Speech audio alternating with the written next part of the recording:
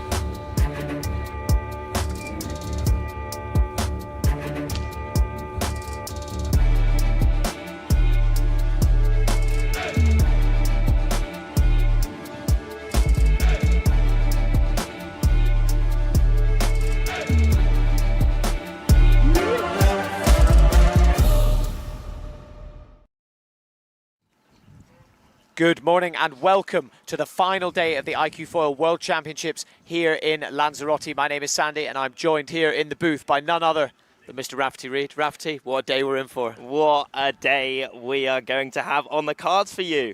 Today is the final day of the 2024 iQFOiL World Championships. And you know what that means? It's medal race time. Today we are going to see that top 10, who establishes their positions in that top 10, and ultimately who will be crowned our 2024 world champions. It has been an absolutely epic week so far. Yesterday was none other and fitted the trend. We had a lot of action, both slalom and course racing. So let's have a little look at what happened yesterday.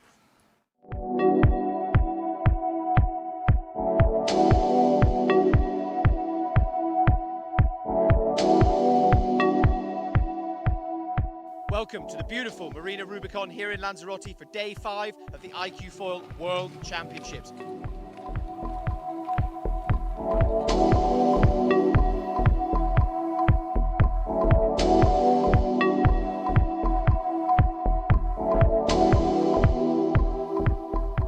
Day 5, and it has been the biggest day of racing so far for the iQFOiL World Championships.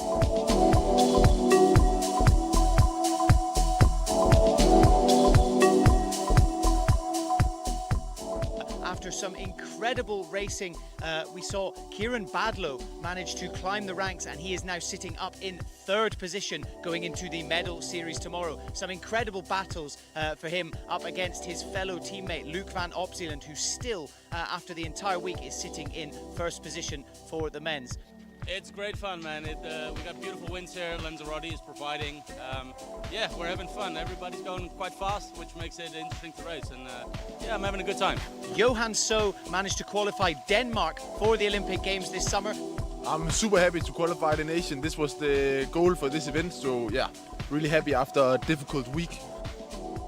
After that, we went into more course racing. Saw some incredible action, especially on the women's side, with Emma Wilson remaining completely dominant, winning all of the course races and showing why she deserves to be up in that 1st position as we move into the medal series tomorrow. Finally, we finished the day with some more sprint slalom, this time on the women's side. And it was a Norwegian battle for 10th place and that final spot in the medal races. Tuva Oppedal going into today, sitting in that position. Maya Giesler managing to pinch it after the final slalom race. She got a really good result. Hi, I'm Teresa from Germany. I just got the Olympic ticket for Paris. And I'm so happy that I've made it. It was my goal for my competition.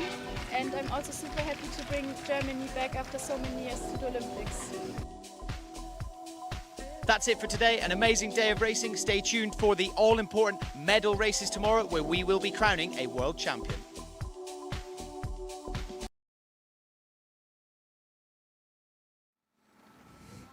What a day of racing we had yesterday. As you saw in that pre-record video, we had slalom, we had course racing, and then we had more slalom.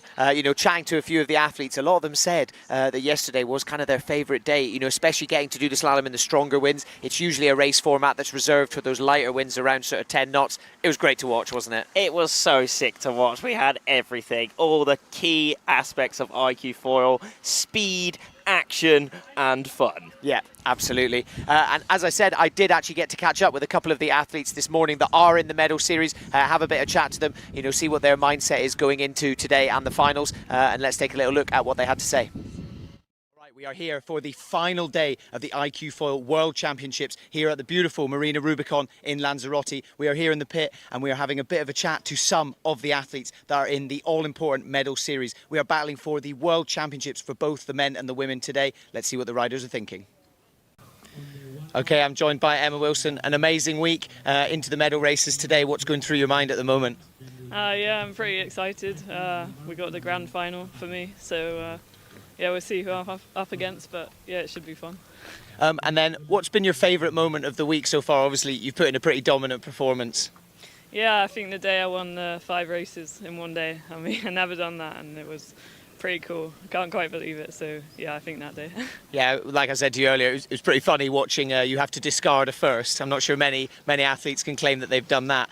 Going into today then, the medal races, do you kind of structure your planning any differently, or do you try and stick to what you've been doing for the rest of the week? Yeah, I think a bit of both. Like obviously it's a bit different course and more board handling and yeah, a bit quicker. But other than that, I think it's the same thing and just try and do my best. Nice. And then, of course, your coach, Sam, speaking of board handling, he said, I had to talk to you about the foiling tacks. Are we going to see some today? Give it a go, see what happens. But yeah, they're a lot of fun. Nice. Awesome. Thanks very much, Emma. Best of luck. Nicholas Goyard, you had a good day yesterday. You've been battling a little bit of sickness, I think, over the last week. How are you feeling now? Any better? I finally had a proper night of sleep last night. Like the previous night, I've been sleeping 3 and 4 hours, so not so good for recovery. Last night I had a good night of sleep. I'm still coughing a lot. I'm still not amazing, but I think I'm getting better over the days.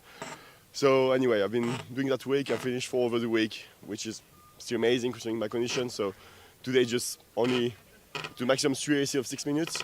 So it shouldn't be an issue. I will just give everything and hope I will go and get the title. That's what we like to hear. What's been your favourite part of the week so far in the lead up to today? I think yesterday was my favorite part. Like it was like from proper racing with all the gold fleets. Some really interesting racing starts, tactics. It was really nice. A bit of slalom in highway and also altogether yesterday was really really nice. It was a perfect day. Yeah, absolutely. And in terms of preparation, going into the medal series, it's a slightly different format. Do you do anything different in comparison to getting ready for the previous days? Not really, because I've been such in a warrior mode all week just to be battling with the illness that I'm still in warrior mode. So I didn't change anything, but generally yes, you have to change a bit. But today I'm still the same. Awesome. Well, I'm glad to hear you're in warrior mode. We can't wait to see the action. Best of luck. Thank you.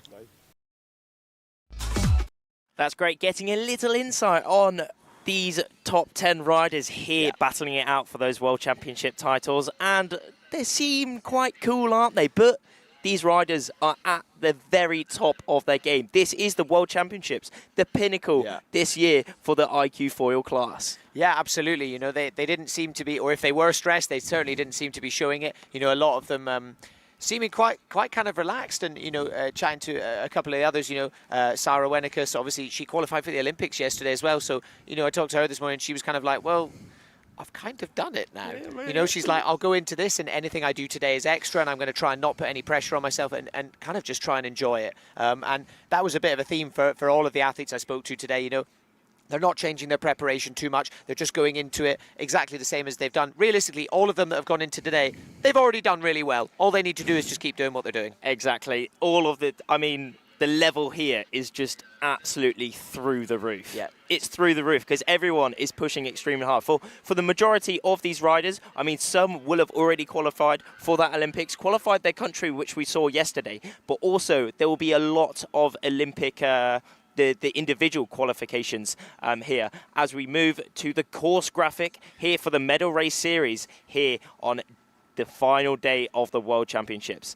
We do have a special medal race course, so it starts with that reaching start. They then make their way to that first mark and diagonally upwind. Remember, diagonally, that's how they go fastest towards the wind. So just to recap, they make their way downwind, back upwind to that first mark. They then make their way downwind through the gate and towards the finish. For sure, this course will give us some action-packed and very likely some drama-filled racing here on the final day. Yeah, absolutely. It kind of takes into every aspect of racing. There's some downwind legs. There's that jibe through the gate at the end as they make their way towards the gate, and also they've got to go down through it again, to go back up. So yeah, it's going to be really really interesting to see. It's one of my favourite courses. This kind of America's Cup style course they call it. Exactly. It just takes into account everything, and it really allows the athletes to showcase all the different aspects of their sailing. It so does. Yeah, really excited about this. Let's take a little look at the ladder. So first up will be the women's quarter final.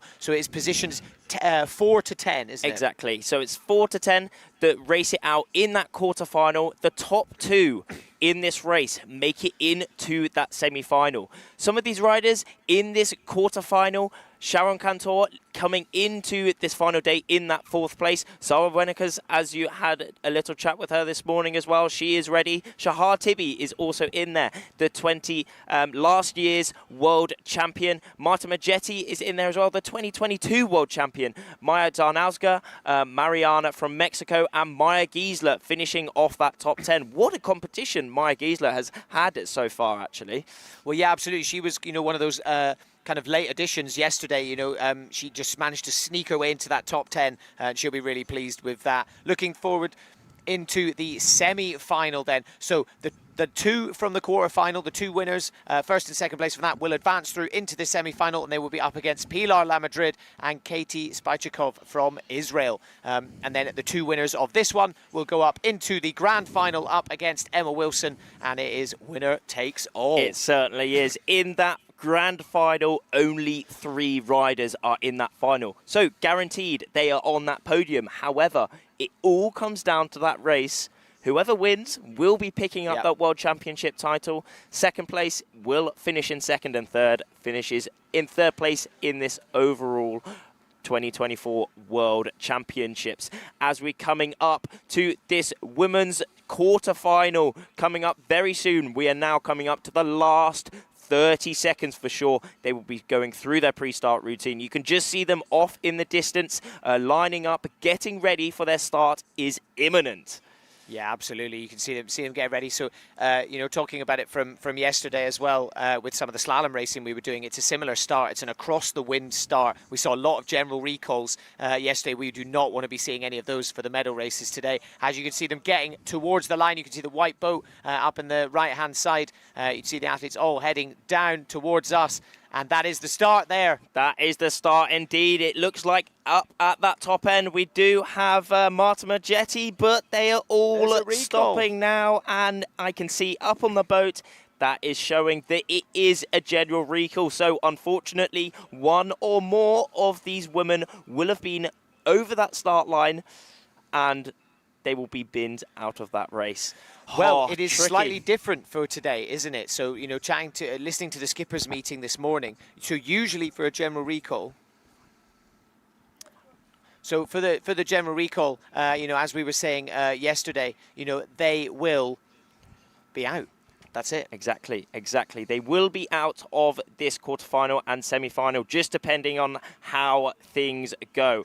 But we are going to find out very soon who was the over start that that people line. wanted it at all, is it? Let's wait and see. So if you didn't get to tune in yesterday, you may not be familiar with the general recall. Somebody went over the line early, potentially more than one athlete. They will head over to the committee boat, which is that white boat you can see on the screen there. The committee there will take into account who went over the line too early. They will then hold up the sail number of the athletes who will be out, and that's it. Exactly. Their medal series day is over already. It is, unfortunately, but it just shows how hard these athletes are pushing. Even in this mega important race, they are still trying to hit that start line exactly at the gun. They need to be hitting that start line on the 0-0 at full speed to give them a good start within the race and hopefully hold a lead towards the end. But as we can see on that boat, we see Emilio, the race who is calling the line here in the medal races. He's just looking at that iPad as they do film the start on that iPad. They then look back if someone was over that start line, so they can pick out exactly who was over the start line, just to be as fair as possible. We're also seeing some flags up on that boat. We're seeing that orange flag. What does that mean? That means a warning for the riders, just to tell them that they are going into the start sequence very soon. We also see that general recall flag up on the boat. That is that triangular yellow and with a blue outline. That is telling all the riders that someone was over the start and it will be rerun. But they are using flags. Why are they using flags? Because on the water, they are not allowed any other form of communication to stop cheating. They're allowed a watch, a race start watch, just to have the get the countdown on them. However, these flags are a way for the race committee to communicate with these riders out here on the course. As it is, it's on the sea, you know, it's on the sea. It's just some marks out here on the sea where the races will be done. And there is that whiteboard which is up. There they are showing who was over that start line. It looks like more than one, doesn't it? It looks like there's maybe 2, even 3 athletes that will be that were over the line, but we're just waiting for clarification. You know, all we can do from the booth is speculate. So yeah, we will just wait for full confirmation from the race crew to let us know, and then they will hit the restart on the timer, and they will look to get the race started again. But as we were saying, when they were coming towards the start there, it is a reaching start. So they are going full chat, and they want to be, like what you just said, they want to be going over the line seamlessly. They don't want to have to slow down at all. They also don't want to have to try and speed up. You know, they want to go basically as if that start line isn't there at all. They want to just be able to cruise straight on through. But, you know, the timing that is so difficult. It's one of the most technical and hardest parts of racing. It really is. And how important is that start? It is really one of the hardest and also one of the most important aspects of this race, especially as we have different winds. I mean, out here on the sea, we can have light winds, we can have strong winds, we can have medium winds. And these kinds of different winds do make these iQFOilers go at different speeds. So there are so many variables going on inside the brains of these top 10 riders that they just have to get absolutely perfect. And sometimes it cannot go perfect, you know. Sometimes there are mistakes, as we are seeing here, as one or more people were over that start line, so but we will see it soon. It looked like, again, just waiting for confirmation, but I tried to read the whiteboard there. It looked like there was 3 athletes. I think it was Israel 3, Norway 21, and Italy 157. So Marta Maghetti, Shahar Tibi, and Maya Giesler. It looks like they were all over the line, and they will be out. And if that is the case, that is a really crushing blow for a few of those athletes. Yeah. Well, I mean, whoever it was, it is a crushing blow, none the doubt. Yeah, absolutely. But, I mean, there are worse ways to go, aren't there? There are worse ways to go out of this medal race series, just from pushing too hard, you know? I think pushing too hard so is heartbreaking, because they just did not get the chance to really showcase it. At least if they could get a race under their belts and you know, not get the position they wanted, at least they can say, well, I went round the course as best I could. It must be really, really frustrating. Of course, like you said, you know, if they can you know, it means that they're pushing, and they're pushing as hard as they can. And yeah, that is confirmation has come in. Yes, Italy 157, Israel 3, and Norway 21. They will be out of this medal race. Yeah, really, really frustrating for them. You know, trying to push as hard as they can, trying to get as much speed to get across the line, but just not quite timing it right. We saw it yesterday, especially towards the end of the day for the women's slalom. It does seem to be something that happens a lot more in these kind of reaching starts rather than the sort of upwind starts, because, you know, like as Rafferty said, they're really, really trying to push as hard as they can, come through with as much speed, and yeah, just didn't time it properly. So yeah, as we said, 3 riders are out of this quarterfinal. 3 of the women. That is Marta Maghetti, Shahar Tibi, and Maya Giesler. Unfortunately, out of this quarterfinal. But this is racing. This is racing at the end of the day. This is the pinnacle of the iQFOiL class, the World Championships. They just have to be pushing to the max, and unfortunately a little bit too far over, but that has opened the door. 3 riders already out of this quarterfinal. Only 4 left. Remaining is Sharon Cantor, it is Sarah Wenikas, it is Maya Zarnowska, and Mariana from Mexico. So we will be seeing who will take those top 2 spots, because remember, it is only the top 2 spots within this quarterfinal that make it into that semi-final, joining the 2nd and 3rd places overall currently in this competition. So it is all on this race. It's all into that top 2. It doesn't matter if you win or come 2nd, you just need to be inside that top 2. Yeah, absolutely. It can be viewed as, you know, it can be slightly contentious, you know, this format, but it makes it so exciting. It is amazing. You know? I mean, it really is, and it is. I am a big fan of this of this system. I think it's so cool to watch, and it really highlights some of the best riders in the world, and also makes it awesome to watch and really easy to follow for everyone out there. So we, for sure, once we get this racing going, you will understand why this is so epic. Yeah, absolutely. It's, yeah, you know, essentially half the fleet will now be advancing through. So yeah, Sharon Cantor, Sara Wenikus, Maya Zarnowska and Mariana from Mexico. Who's your money on?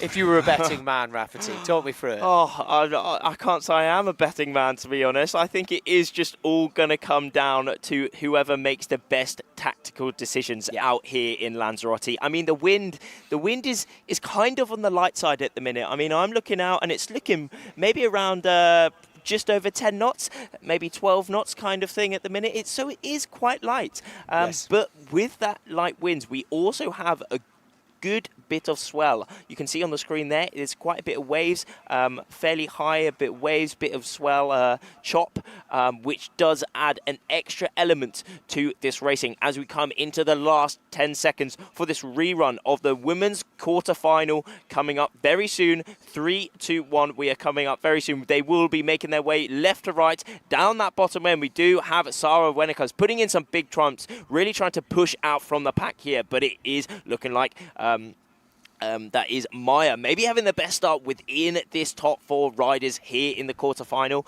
as they make their way to that first mark. Yeah, Sara Wenikus really pushing at the bottom end of the pack there. Mariana, Mexico 28, just sort of falling behind slightly. It does look like a little bit of a drag race at the moment between Maya and Sara. Poland 7 and Netherlands 33.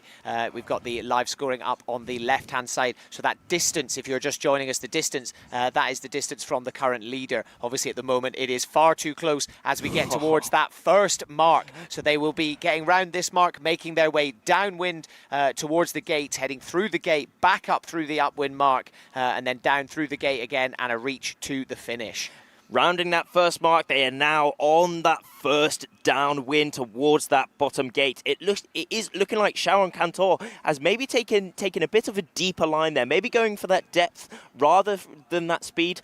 Will that be the right decision? I guess we will find out when these crosses are made. But out in front, but not by much at all though. Extremely close between Sara and Maya here. The first and second currently in this race, currently in those qualifying positions into that semi-final. All they have to do here is just hold these positions, but Maya maybe going over the top, rolling Sara there, maybe not. Sara really held her off here. A great defending maneuver there, jibing at exactly the same time, just to make sure she is in front of Maya the whole time. But Sharon Cantor, what a move that was from her there. We did see at that top mark, she did take a bit of a deeper line there, and what a move that was, putting herself into that leading spot in that qualifying position for those semi-finals. Yeah, absolutely. You know, that definitely paid off for Sharon Cantor, splitting herself away from the pack, you know, heading on that bit of a deeper line, so opting for angle rather than board speed. And it looks like it has paid off. Sara Wenikus very much still breathing down her neck. It is completely all to play for, and it is still very early on in the race, so it's very difficult to get a sense. As they head down towards the gate, they will be rounding the gate and then making their way back up the course as we see them heading down towards it. That's the boy there. There is that gate as Sharon Cantor rounding that first mark in first place, but extremely close between that third and fourth place positions at the minute. Some very different mark roundings. Sharon Cantor up that front, still putting in some really big pumps just to establish her lane within this upwind mark. But interesting, as all these riders in this women's quarterfinal did opt to go off onto the left side of the course. But now 2 distinct groups actually. Yeah. Sharon Cantor and Sara to the left of our screens, and then Maya and also Mariana on the right of our screens. Who will come out of this victorious? We are going to find out. Yeah, absolutely. It does look like a little bit of a battle going on at the moment. But remember as well, you don't need to win this race. You just need to come second. You know, but whilst that will be in their heads, I do wonder, I think they probably don't want to think like that. You do probably want to sit there and go, no, I need to be first, because that's the mindset that they've had throughout the entire thing. And ultimately, coming second is kind of the safety net. You don't necessarily want to get that in your head. As we see the first athlete tacking, Maya opting to go early, and the rest of the fleet will follow. It does look like Sharon Cantor has the furthest upwind, but yeah, struggled with the tack a little bit there. It does look like, oh no, she manages to cut up of Sarah there, getting up onto the foil really early. Didn't quite manage to foil all the way around the tack, but yeah, manages to just get a little bit of a higher angle, and she has shot away from the rest of the pack, managing to put a little bit of distance between herself and Sarah. And then you can see as well, I think that is Maja Zarnowska, Poland 7. I think that is her also trying to catch up with them just downwind there. You can see how close it really is still. I mean, usually we already see a bit of spacing out, some leaders getting out from the pack, but you can see how close it is. Sharon Cantor currently on the screens at the minute really doesn't have a lot of distance to Sarah in that second place position, only 30 meters or so, as she tries to extend that lead, trying to put in some pumping. You did see her moving the sail and the board. That is called pumping within the windsurfing discipline. And that, what does that allow for? That allows for a bit more speed and a bit more height upwind, which extends her lead to the rest of the pack here as she's looking down to Sarah. That pumping stint that she did there really, I think, made a difference as the rest of the pack, both Mariana and Maya, deciding to go tacking off onto the right side, and then all is followed by Sarah. Now Sharon is on currently on her own line, really, actually. Could that be a bit of a risky thing? Oh, does look like it potentially could be a... Oh, no, I think that was a different sailor. Oh, no, that was a different sailor. Sorry, confusion there. So Sharon Cantor has already gone round the top mark there, and she is making her way back down. A real commanding lead there. Looks like Sarah Venikas as well, tacked potentially a little bit too far up and away from the mark, but is now making her way back down. There we go. You can see from that angle, really putting some distance between herself and the rest of the pack. So I would say this is now going to turn into a battle for second place. Sharon taking a little look behind there just to make sure, looking at those specks in the distance. Yeah. So she will now be heading down. She'll probably have to throw in one jibe, and then she will go through the gate, round the mark, and it will be a reach towards the finish line. But if she can maintain this distance from the rest of the athletes, I think she'll be running away with the first for this race. Possibly so. I think it is definitely that fight for that second place now to qualify into that semi-final. Mariana putting in her jibe there. We're also seeing some boats, these power boats, go very close to all these riders. These are the jury boats, which is a slightly different concept within these medal races. These boats on board, they're jury boats, so they do have members of the jury on board. So if there are any possible rule breaks, the riders shout protest. The jury then hear that on the boat, and they make a decision live time whether there was any rule break, and then they enforce the consequences of if there is a rule break or if there isn't a rule break. So that is why those boats are razzing really close to all these riders. I mean, they're not super close. They're really high-skilled drivers within this class, so they know exactly where to be to not hinder the races. But there we are. There is that bottom mark. Who is currently in that second place? Sarah Venikas coming round that quicker jibe. No. Someone goes down as well. That might be We've got Maya a drag race on our out. hands. As you can see, that is the finish line in the background there. You can see the white boat on the left-hand side and the black and white pin end on the right-hand side. We have a drag race between Sharon Cantor and Sarah Venikas for first place. But there is Sharon Cantor putting up her fist. She has banked herself a spot inside of that semi-final, but it is still extremely close. Look at those distances. They're extremely even. Mariana just on the left and Sarah to the right of our screen. Who is going to take this second spot? I don't know. I can't.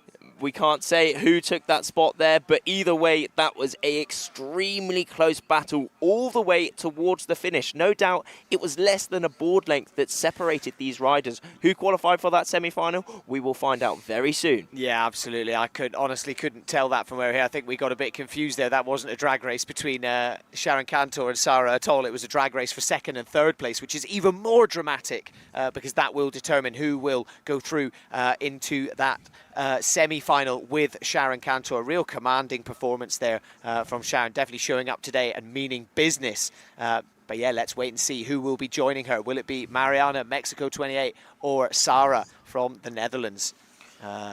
Oh, I don't know. That was too close to say. It looked like Sarah put a hand up. And yes, it is Sarah Wenickers. She will advance through into the semi-finals.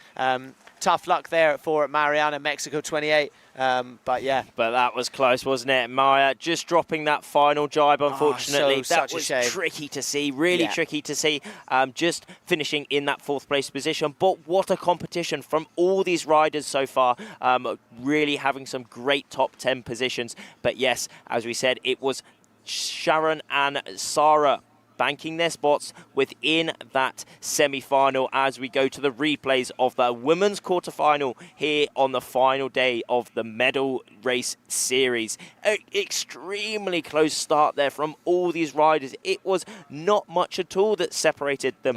All on this first reach. You can just see how similar these speeds are, really highlighting the level that is here at the World Championships. It is just through the roof, absolutely through the roof. But there we saw Sharon Cantor making that first great decision of going a little bit lower than the rest of these girls and allowed her to stay out in front. But all the way to that bottom mark, it was extremely close, wasn't it? Yeah, absolutely. Yeah, she just, I think you're right, by choosing to go a bit deeper on that initial downwind, and then, you know, as soon as she got herself back up to the top mark, tacked round here, you can see this was where she really just put so much distance between herself and the rest of the pack. And like I said, you know, it got to the point where we thought she was in a drag race with Sarah, but actually she'd already crossed the line. And that is Maya there, just going down on that bear away into the jibe around that final mark. Yeah, really frustrating way to end it, but I mean, yeah, as Rafferty's been saying, the level is so high among all the athletes. So even just to get through into the medal series is you know, an achievement to be recognised. So yeah, amazing performance from all the athletes. But yeah, it will be Sarah Wenickers. You can see there a little fist bump. She knew she went over the line. Yeah, so Sarah Wenickers and Sharon Cantor will go up to join Pilar Lamadrid and Katie Spichikov in the semi-finals. So two Israeli girls in the semis-finals. That is a very good thing, interesting thing to touch on actually, as because here at the 2024 World Championships, this is a key indicator for the Olympic Games, the Olympic trials of who will be representing each country. And for the Israeli girls, that is still in the air, as their team is just absolutely amazing. Many of them world-class inside that top 10, always been at the top of their game within this class, winning competitions, as we see already. Katy and Sharon making their way into that semi-final. Absolutely. So really, really interesting. So next up, we have the men's quarter-final. So we will be alternating as we move through the day. So it will be, we've just done the women's quarter-final. Next up will be the men's quarter-final. And we have the lineup on screen for you now. Nicholas Goyard having a good day yesterday, as you saw from the interview earlier, or if you missed that, if you just joined us. Nicholas Goyard, he's been battling with a bit of sickness all week. You know, he's had some kind of flu-like symptoms. He said he's still sort of coughing, but he said last night was his first proper good night's sleep, and he's feeling good. And he said, to quote him, he said he went into warrior mode yesterday, and he said that was something he's really going to try and carry that through. So yeah, really exciting for him. And like you said yesterday, you know, one of the pioneers of foil windsurfing, really, especially on the racing side of things. And I'm really, really excited to see him. Looking further down then, Yun Poliken, France 16, and Nacho Baltazar as well, rider from Spain. Both of those securing their tickets into the medal series yesterday after really great performances. So they'll be looking to make an impact. As Rafferty said earlier, it kind of, you know, anyone can win this. If you go on to have a really good day today, the best day of racing, you could find yourself as a world champion. That is the way that the medal series works. Even you can go from 10th to 1st through 3 races over the course of a day. Certainly you can. I mean, it is a big mountain to climb, though, isn't it? It really is a big mountain to climb. You've got to come in the top 2 in those first 2 races and then win it. But the amazing thing is, it is possible. That's the amazing thing. Anyone inside this top 10 does have a shot at getting that World Championship title. However, it is still, for whoever is in that quarterfinal, it is still extremely hard, but it can happen. As we're seeing, we are inside the last 2.5 minutes kind of thing within this men's quarterfinal coming up imminently. We are seeing that big red...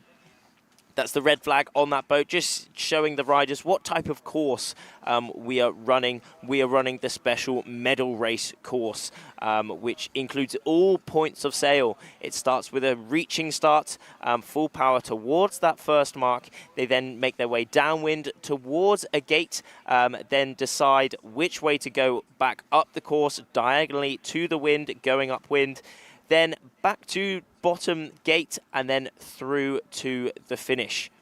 Yeah, absolutely. Gray Morris just going past there on the screen. He's had a really great performance all week. Australian athlete. You know, he's just been really consistently up there in the top 10. You know, throughout all the formats that we've run, all the different conditions. You know, we've had much stronger wind in the middle of the week. Yesterday, kind of stronger, but you know, again, sort of dropped off throughout the day. Yeah, he's remained really, really consistent, and you know, people are going to be pretty worried about that. But while we've got, as we get into just over 1 minute and 15 seconds to go, let's take a little look at more of what the beautiful Lanzarote has to offer.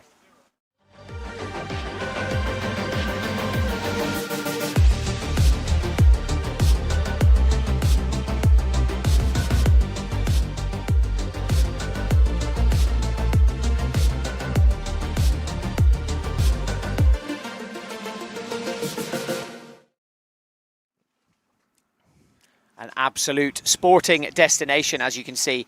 You can do anything you want, whether it's water sports, taking on the hills, the sea, anything. And we are very lucky to be here for the medal series for the iQFOiL World Championships, and we are starting with the men's quarter-final. Yeah, not long to go now until the start. It is a reaching start. Fingers crossed there will be no recalls. We're not going to see anyone you know, going out of it before it's even started. As we saw in the women's one, we can see them making their way now towards that start line. It is all about timing for this. It certainly is all about timing. We are in the last minute, probably around 20 to 30 seconds to go, as they are all coming towards this line, really bunching together. They are all going to be hopefully hitting that line at the 0-0 mark with full speed. Down that bottom end, it looks as if that could be Louis Pignolet down that bottom end, maybe having a bit of a good start here. Down that top end, no, that is Nacho Baltazar Summers, and unfortunately I did hear a double honk on that boat, signifying there is a general recall. So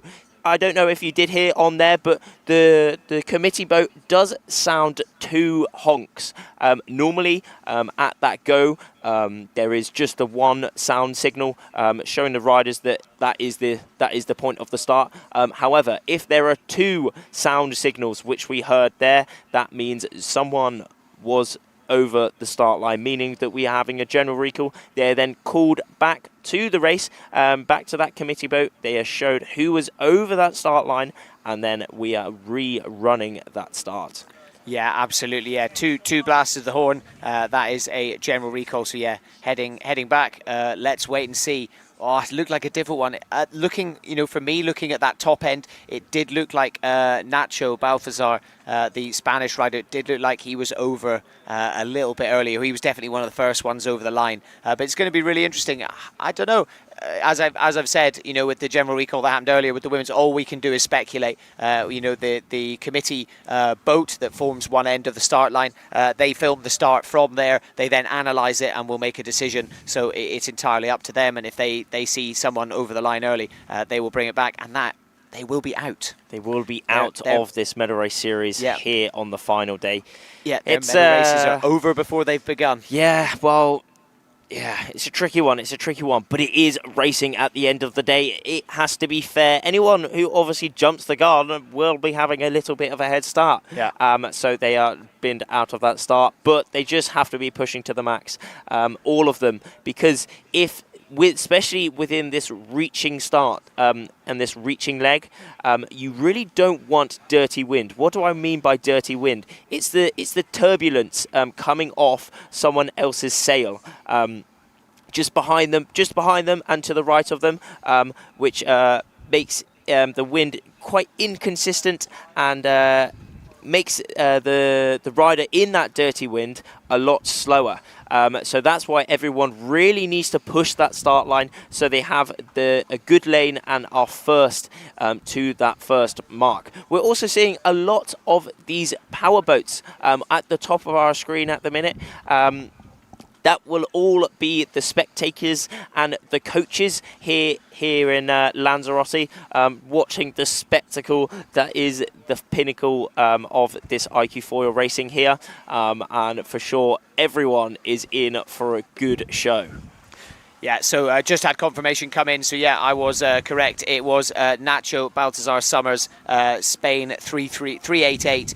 He was over early. Just waiting for confirmation if there was anyone else, but at the moment I think that's it. So yeah, it was Spain 388. Really frustrating. As I said just before the start of the race, you know, he qualified for that top 10 yesterday. So that's going to be really, really frustrating for him. A bit of a tough pill to swallow. Yeah. But equally, you know, he can sit back and say, you know, I made it into that top 10. Yeah, it's tricky. I mean, coming into that top 10, he had nothing to lose. No, the exactly. worst that he could have done was the same result that he came into today. Yeah. So for sure, he was pushing absolutely to the match, trying to get every little bit of gain he could. But unfortunately, just a little bit over the start line. But it was so close, wasn't it, on the start line? Well, absolutely. And it comes down to experience as well. You know, he's still in that kind of under 23s, you know, category, you know, coming into this. And it may just be simply experience and actually having to spend a bit more time, you know, really drilling those starts. You know, as we've said over the last few days, as we've seen quite a few general recalls, it is one of the most important parts of the race, especially when we're doing these America's Cup style starts or the slalom starts. You know, anything where you're reaching across the wind to go over, you have fractions of a second in terms of room for error. Yeah, I mean, but Nacho has really taken the senior equipment by storm. Yeah. Recently, not too long ago, he was competing as a youth on the youth iQFOiL class, now moved into the seniors, and he has just been taking it by storm, putting in some absolutely amazing results within this fleet, really showing that he is a world-class athlete even though he is so young. We also have a very young rider in here as well. It is Gray Morris in Australia 81, again a very well-established rider. Again, being at the top of the iQFOiL discipline a lot before. One time this week, he was inside that top 3, even wearing one of those special bibs. I mean, he did come in to today in that 7th place position, but now he has an equal shot of 10th to 4th of qualifying into that semi-final and maybe having a shot at that World Championship title. So everyone at home, go Gray Morris. We'll be rooting for him, no doubt. Yeah, absolutely. And as we can see on the screens now, about 1 minute and 30 seconds left to go until the start. You can see the athletes in the distance there all kind of sailing around. They'll start to find a bit of a line, a bit of a point where they can turn themselves round and get themselves ready to start making their way back towards the line.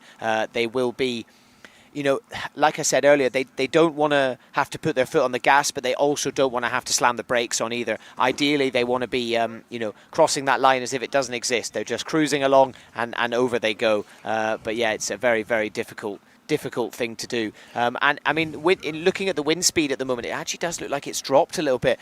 You may be able to tell from watching the live stream that some cloud has come over here in Lanzarote. It is not as kind of beautiful blue skies as we've had over the last few days. Obviously, it's still very sunny. For those of you sitting in colder climes, I'm sure you don't feel very sorry for us. But it's still winter here, though, isn't it? Absolutely, it's still winter. But I think that cloud coming over, it may have messed with the wind a bit. So the wind does look like it has dropped slightly. But on the iQFOiL equipment, these guys can do, you know, double the wind speed easily. So these guys, they'll be doing 25 knots easily. Yeah, I mean, as they make their way towards the start line. This start will be full power. They're pushing 30 knots down this first reach. As we saw Sarah, how's it going, Sarah? We did see that is around 12 to 15 meters per second. Some quick maths there. Yeah. So it is. They are going so fast. And just here we go. hanging on to this equipment as we go to this start coming up very soon. Down that bottom end is very close, actually. Down that bottom end, France 1-6. Yun having a very good start even. Louis Pignolet, also his French teammate, in the amongst of it there. Just above him as well, we have Gray Morris. Top 3 probably at the minute, but it is all extremely close. Nico Goya just out the back a little bit there. Also Tom Ruveny, Israel 60 in there as well, but Pavel up that top end. Who will be rounding this first mark in first place? It's looking like it could be Gray Morris. Yeah, Gray Morris there, pretty commanding lead, manages to separate himself from the pack a little bit there, really having some pressure applied to him from France 629, Louis Pignolet. But yeah, look, he's looking like he's managing to do it. France 16 not giving up though. Yun really trying to bring himself into the mix a little bit. Nico Goyard kind of hanging back a bit as we see them go past the first mark and making their way downwind. You can see there with the backhands starting to pump, letting the sail out a little bit, getting as much belly in the sail as possible as they make their way down. Are we going to see a bit of a repeat of what we saw in the women's race, where some of the athletes opted for that kind of deeper line, choosing to kind of cover as much downwind ground as possible rather than going as fast as they can? A couple of the athletes splitting off there, jibing early, opting for a bit of a different line. We'll see if that pays off. It looks like a couple of the French riders, maybe Yun and Louis Pignolet. I think it is. They're deciding to drive off a little bit earlier compared to Pavel and also Louis, who is on this side. Nico did go off onto the other Nico, side. sorry. Yep, Yes. and then also Tom Ruveny. He is a little bit far out the back at the minute, at 70 meters or so to Nico, who's currently in the lead. But we will see at these crosses. Downwind, they can split off into different groups, as we see here, because they need to sail at diagonally towards the wind for the fastest speeds. VMG, so it's the depth downwind and it's also the speed downwind. The lower you go downwind, the slower you are. However, the further you are to that bottom mark, but then the faster you go, the less high you go. So it really is a balance that these riders have to have on these downwind and upwind legs, also with that with the reaching, which is just full power. But it is Gray Morris rounding that gate in that first place, closely followed by Pavel, but Nico Goya deciding to take another lane off onto the right side of the course, just splitting off from Gray and also Pavel. But remember, it is only the top 2 within this race that make it into that semi-final. Yun just to the left of our screen now, hunting down Nico Goyard. Which side of the course will pay? We are going to find out when they cross at that top mark. Yeah, absolutely. I mean, looking at the screen and looking into the background, it does look like Nico Goyard has, managed to get himself a little bit further upwind. Potentially, as he was heading down towards the gate, he maybe saw a bit of a header, a bit of a gust that would have given him a bit of a better angle as he makes his way back upwind. But could just be the angle that we're looking at it from, the angle that you guys are seeing it at home. But it does look like Nicolas Goyard potentially has made the right decision heading off onto Portac, being followed by Yun, a fellow flying Frenchman. So let's see whether this pays off. As you said, Rafferty, they will probably be looking to tack soon. You can see them yet. They're tacking on the far side now. And there's Nico Goyard going for his tack now. Will he stay up on the foil? Not quite, but it is really tricky conditions out here. Yeah, it is quite wavy. It's got a lot of swell, and it is quite light now. A really good tack from Yun there. Tack there. Fully planing all the way round and really working hard to pump the sail to get back up to speed, accelerate extremely fast with that upwind angle. But it is Nico Goyard and Yun on our screens at the minute. Nico putting in some extra pumps. Where is that ley line? Because remember, they sail fastest diagonally to the wind.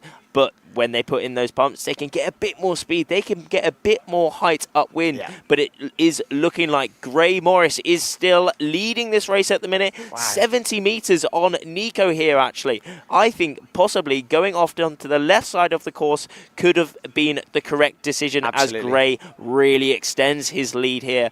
banking that spot in, hopefully banking that spot inside of that semi-final. But remember, in this race, it is only the top 2 that qualify into that semi-final. It's looking like Gray Morris could be safe here at the minute, but it is a really big battle for this second place. Currently, Nico foiling Goyard. tag there from Nico Goyard. Really, really nice. Basically, just stayed completely on the foil. But as you said, these guys are only just rounding the mark now. The fact that Gray Morris got round it early, and then as you head downwind, you just accelerate so much more while everyone else is still having to make their way up. So the fact that he managed to get round so early, I mean, you can see it in the distance there. He's put so much room between himself and the rest of the pack as we see them all going for their jibes. That's Nico Goyard on screen now, and it's probably realistically going to become a bit of a battle for that second place. As you just said, the top 2 will advance through. So you don't have to lose all hope looking at Gray Morris disappearing off into the distance. Exactly, it does not matter. You just have to be inside that top 10.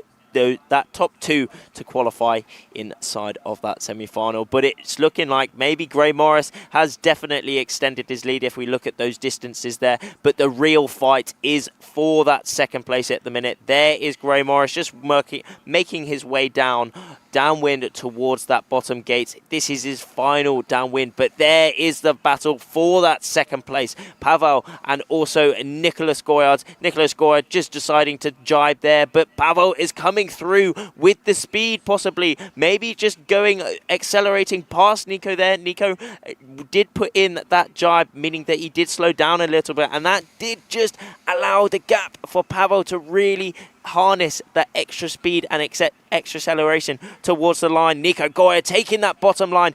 Everything is on this race now. All drag race towards the finish. Whoever wins this little battle here will qualify into that semi-final, making their way in up the rankings towards hopefully having a shot at that World Championship title. But it is still Pavel up the top there, just looking like he's got a board length or so. Neck and neck. Really close. Look at this. Nico will be in his dirty win now. Nico just opting to go behind. Now he's going for that higher line. But it is Pavel taking that little battle there. So it is Gray Morris and Pavel banking themselves into that semi-final. But Nicholas Goyard, he nearly had it there. He really nearly had it there. Yeah, that was so close there.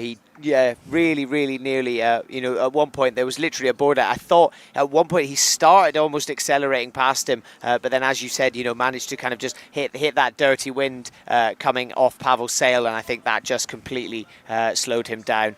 So yeah, a frustrating, week, as Nico Goyard said. He's been battling with sickness all week. Pavel Tarnowski, though, he is going to be really stoked, and him and Gray Morris will find themselves through into that men's semi-final. Go, Gray Morris winning that men's quarterfinal.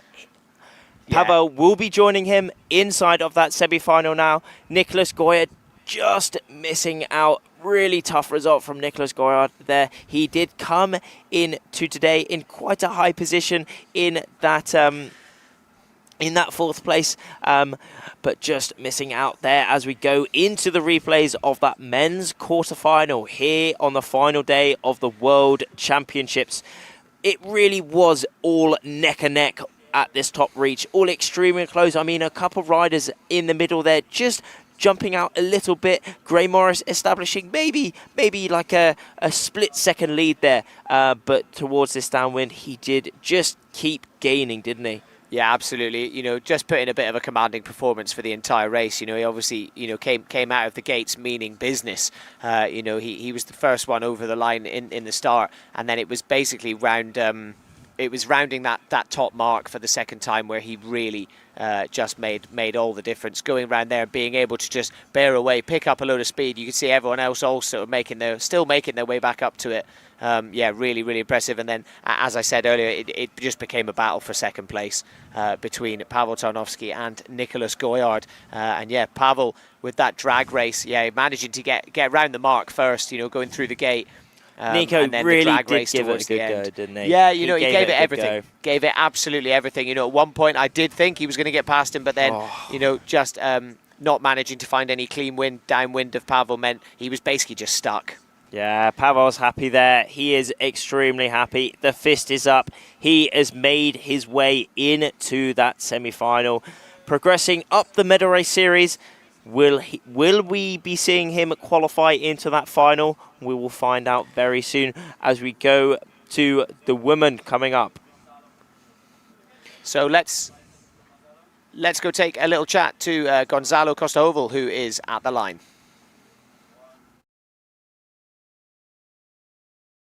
Quarterfinals. On the girls' fleet, a lot of over earlys. 3 girls went over early. Then when they did the race that counted, we had Sharon Cantor advancing. We didn't have her at the beginning with leading the pack. Not a great start, but she managed to catch up and to lead that quarterfinal. There was a very intense battle between Sara Weneques and Mariana Aguilar from Mexico. In the end, it was Sara Weneques taking that second spot and advancing to the semifinal. On the men's fleet, again a general recall. It was Nacho Baltasar Somers being over early, and then actually when we did the race that counted, Gray Morris dominated the race from start to finish. And in that second spot, the most important one, there was a big fight between Paweł Tarnowski from Poland and Nico Goyard. Nico Goyard rounded in second place, so he was advancing at the upwind mark, but then Paweł passed him on the downwind. It was a drag race to the finish, and Paweł managed to secure that important second place, advancing to the semi-final. So stay tuned, more to come. It's 9 to 11 knots at the moment, so more action coming soon. Great Awesome. few words from Gonzalo Costa-Oval there, the class manager. He has done an amazing job this week, putting on such a show and such a high-level competition here in Lanzarote. This is the 2024 iQFOiL World Championships, arguably the pinnacle competition within these 4 years, this 4-year cycle for the iQFOiL class. It is the World Championships before the Olympic Games. So here is probably where the level is highest. Everyone is pushing to the absolute max. They've been training so long, and which is interesting, they have been training here actually over winter. A lot of these riders do call this place home. A lot of the riders being here many months already training, as it is a great location for windsurfing, sailing, all active sport. As we go have a quick look at this semi-final. Who is in here? Pilar La Madrid, España 12, coming into today in that second spot, and also Katie Spichakov in that third spot. Joining them will be Sharon Cantor, who won the previous race, and also Sara Weneques, getting that second spot in that quarterfinal, joining the rest in the semi-final.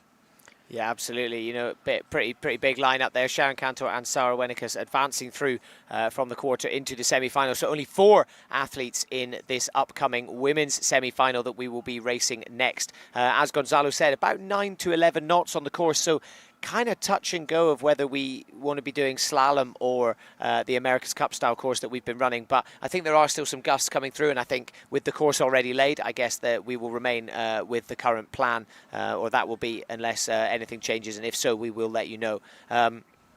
Same format as before in terms of advancement. The first 2 athletes in this race will advance through into the final and will go up against Emma Wilson, who is currently sitting up in first place. So she gets to kind of sit back, chill out a little bit, and she will only have to do 1 race. But if she wants to continue her dominant run that she's been on all week, she has to win it. She does. If she wins indeed. it, she will win her world title. And interesting, some stats for Emma. She hasn't actually won an iQFOiL event yet. You know, chatting to her this morning, she said this week she had the first time ever that she won every race in a day, and she was like, that's never happened to me before. That was pretty cool, and that's got to fill her with some confidence going into this medal series. But yeah, it's going to be a really interesting day. Taking a little look at the live conditions as well. 1.2 meter wave height, and we've already seen it today, you know, especially in the transitions. It's, you know, the jibes, utilizing that swell and going into the jibe, and it just helps keep the board up on the foil, carry a little bit of speed as you're doing your footwork and flipping the rig. So yeah, going into these kind of tactics as well as the technique. So it looks like that is the black flag going down, meaning that we are inside the last minute for this women's quarterfinal coming up very soon. Probably around 50 seconds to go now. Everyone is watching. We've got a lot of the athletes who didn't actually make the medal races watching these races. We've got a lot of them in the coach boats as well. There is one of the British boats there just watching the races, how it is going. And also a lot of spectators watching this this competition here in Lanzarote. It's quite a tourist destination where we've got a lot of people from around the world having a good time. They're watching the iQFOiL World Championships and they just want to get a piece of it because of how wicked it is as we go into the last 50 seconds before this start. A lot of them now slowing up. Maybe they're just a little bit too eager, but Sarah up that top end. In the middle there is indeed Katie, but a big battle down that bottom end. Who will get the pin? Oh, God blimey, that was looking very, very close, but maybe Pilar Lamadrid in that first place, possibly having the best start out of all these riders. Sharon Cantor just missing out a little bit, and that is exactly what I've been saying. If there is one person giving you some dirty wind, that is really punishing and makes you fall out the back a little bit. Sharon Cantor here, but we saw Sharon in that previous race. She was a little bit out the back at the start, but then she just built and came back throughout the race and winning it. So will we see that again? I guess we are going to find out, but extremely close between the top three riders within this within this semi-final here at the minute. Pilar Lamadrid rocking that blue bib, now rounding that first mark. It's coming up very soon. There it is. She's rounding it in first place, closely followed by Katie Spichakov and also Sarah Wenekers. And then that is Sharon Cantor just out the back a little bit though, but it is only 20-30 meters that separate all these riders, the first to fourth here. Sharon Cantor doing the same thing actually that she did in the previous race, which did her very well, putting in some really big powerful pumps to get her a bit further downwind than the rest of the riders, and we can really see how far downwind she is going here just off the back of the screens. But Sarah Wenekers just opting to go for that speed, having a look through the sail just to see her positioning, and now going for that jibe. Will we see the others follow? We will find out very soon, but there is Katie and also Pilar Lamadrid jibing there, and it is looking like Sharon Cantor once again has snatched the lead there. What a first downwind leg, doing the exact same thing she did before and snatching the lead off of all the riders now, leading this race. Yeah. Exactly, Sharon Cantor, putting in a really, really impressive performance in the last race and opted for exactly the same tactics, choosing that deeper line rather than thinking about board speed and trying to stay, at that diagonal line across the wind, choosing to go that little bit deeper, sacrificing a bit of speed, but actually coming out with a much better angle, knowing she can come out of the jibe with speed, and now she is sitting up ahead of the pack. It is not much separating them at all, though. I mean, we say ahead of the pack. This is split seconds that separate them at the minute, but it is both Israeli riders rounding that bottom mark. Not quite the mark rounding we saw from Sharon Cantor, just touching down there, and Katie Spichakov just absolutely taking that opportunity and pumping right over Sharon Cantor, again giving her some dirty wind. Here we will see what Sharon Cantor does. Will she attack again? But that was very interesting stuff. Literally, we saw Sharon Cantor take the lead, but all it took was one little touchdown, and whoop-de-doo, the rest do take and execute that opportunity. Yeah, absolutely. Not the best mark rounding there for Sharon Cantor. Yeah, as you said, board touched down a little bit, lost a bit of speed, and Katie Spichakov just managed to bring herself upwind of her and is now firmly sitting in there, in that sort of defending position, and just essentially giving Sharon all the kind of dirty wind. And it's difficult, these guys are teammates, but also they are both vying for that Olympic spot to represent their country at the Games this summer. So it is, as soon as you get onto the race course, doesn't matter where you're from or who you're with, it's everyone out there for themselves, as we see Sharon Cantor throwing in the tack a little bit earlier than Katie Spichakov. Sarah Wenekers also bringing herself round the tack, and looks like she will actually overtake Katie Spichakov as she makes her way upwind alongside Sharon Cantor. This is very interesting positioning here, though, actually. It is Sharon Cantor on the middle of our screens now, deciding to put in that tack a lot before Sarah and also Katie Spichakov off the top of our screens, but remember, they are still making their way off onto that right side of the course. When Sharon tacks, there we will see the crosses. Will she be able to make the lead, snatch the lead off the rest? But another thing which is very interesting to note, when Sharon Cantor does tack, she will be on starboard. So then she will have right of way to Sarah and also Katie Spitchikov. But look at the height that Sharon Cantor has made here. Really great height here, upwind, and really maybe taking the lead off of Sarah and Katie here. But there she has indeed. What a maneuver that was. Sharon Cantor once again taking the lead off of Sarah Wenekers. But remember, it is still only the top two that qualify inside of that final. But you don't have to be, it doesn't matter where you are inside of that top two, you just have to be in that top two to qualify.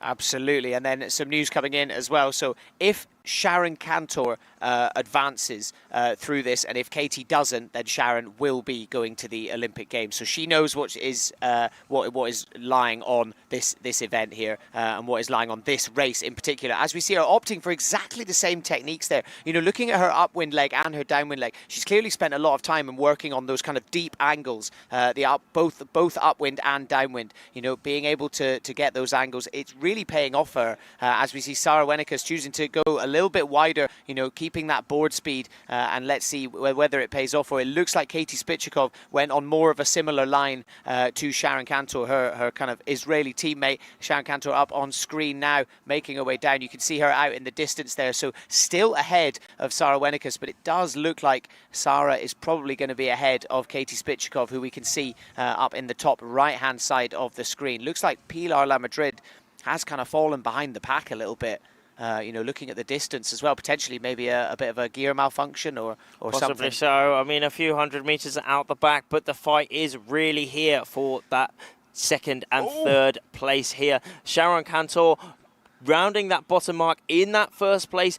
Really close behind her is Katie Spitchikov, though, and Sarah now in that third place. Not qualifying position at the minute. Sarah will really be doing all she can to hopefully overtake Katie there in that second place position. But it is Sharon Cantor just showing us exactly how this semi-final should be raced. She's having a little bit of a head wiggle there. She is very happy coming towards the finish. Not much separates her between a podium position now, and she is crossing the finish line. Sharon Cantor, Israel 390, banking herself a spot inside of that final along with her teammate Israel 32, Katie Spitchikov. So it will go down to the final in terms of the Olympic qualification. So both Israeli riders will advance through. Really tough there for Sarah Wenekers, putting an incredible fight there up against Sharon Cantor and Katie Spitchikov. But sadly, doesn't look like it will be enough for Sarah, but still an incredible event result for her. And of course, yesterday also managed to qualify for the Olympics. So she's kind of realised her dreams and her goals.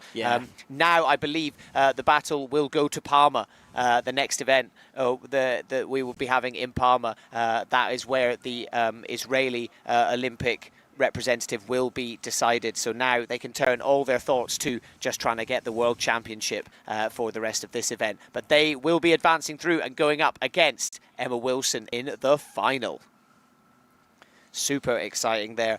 It's difficult to tell. As I said, in looking at the replays from this, Sharon Cantor just putting in such an incredible performance. Just the angles that she's taking today, so different compared to everyone else. You know, looking at this mark round in there, even though it's almost like she deliberately wanted to stay behind the pack so she could just head on down there. Everyone else is doing these big wide jibes, you know, going into this kind of diamond on the course, making their way down towards the gate. But she just keeps going down in that straight line, managing to almost sort of ride the foil. It's such a different technique. And then we saw the same thing as well on the upwind leg as well. I mean, there was that point at the bottom gate where Sharon was taking the lead, but literally all it was that little touchdown, and Katie Spitchikov just took that opportunity that arises there, snatching the lead off Sharon, actually. I mean, Sharon, in that position there, she was in third place. She wasn't qualifying, but that was that upwind. Her height was just unbelievable compared to the rest of these women in this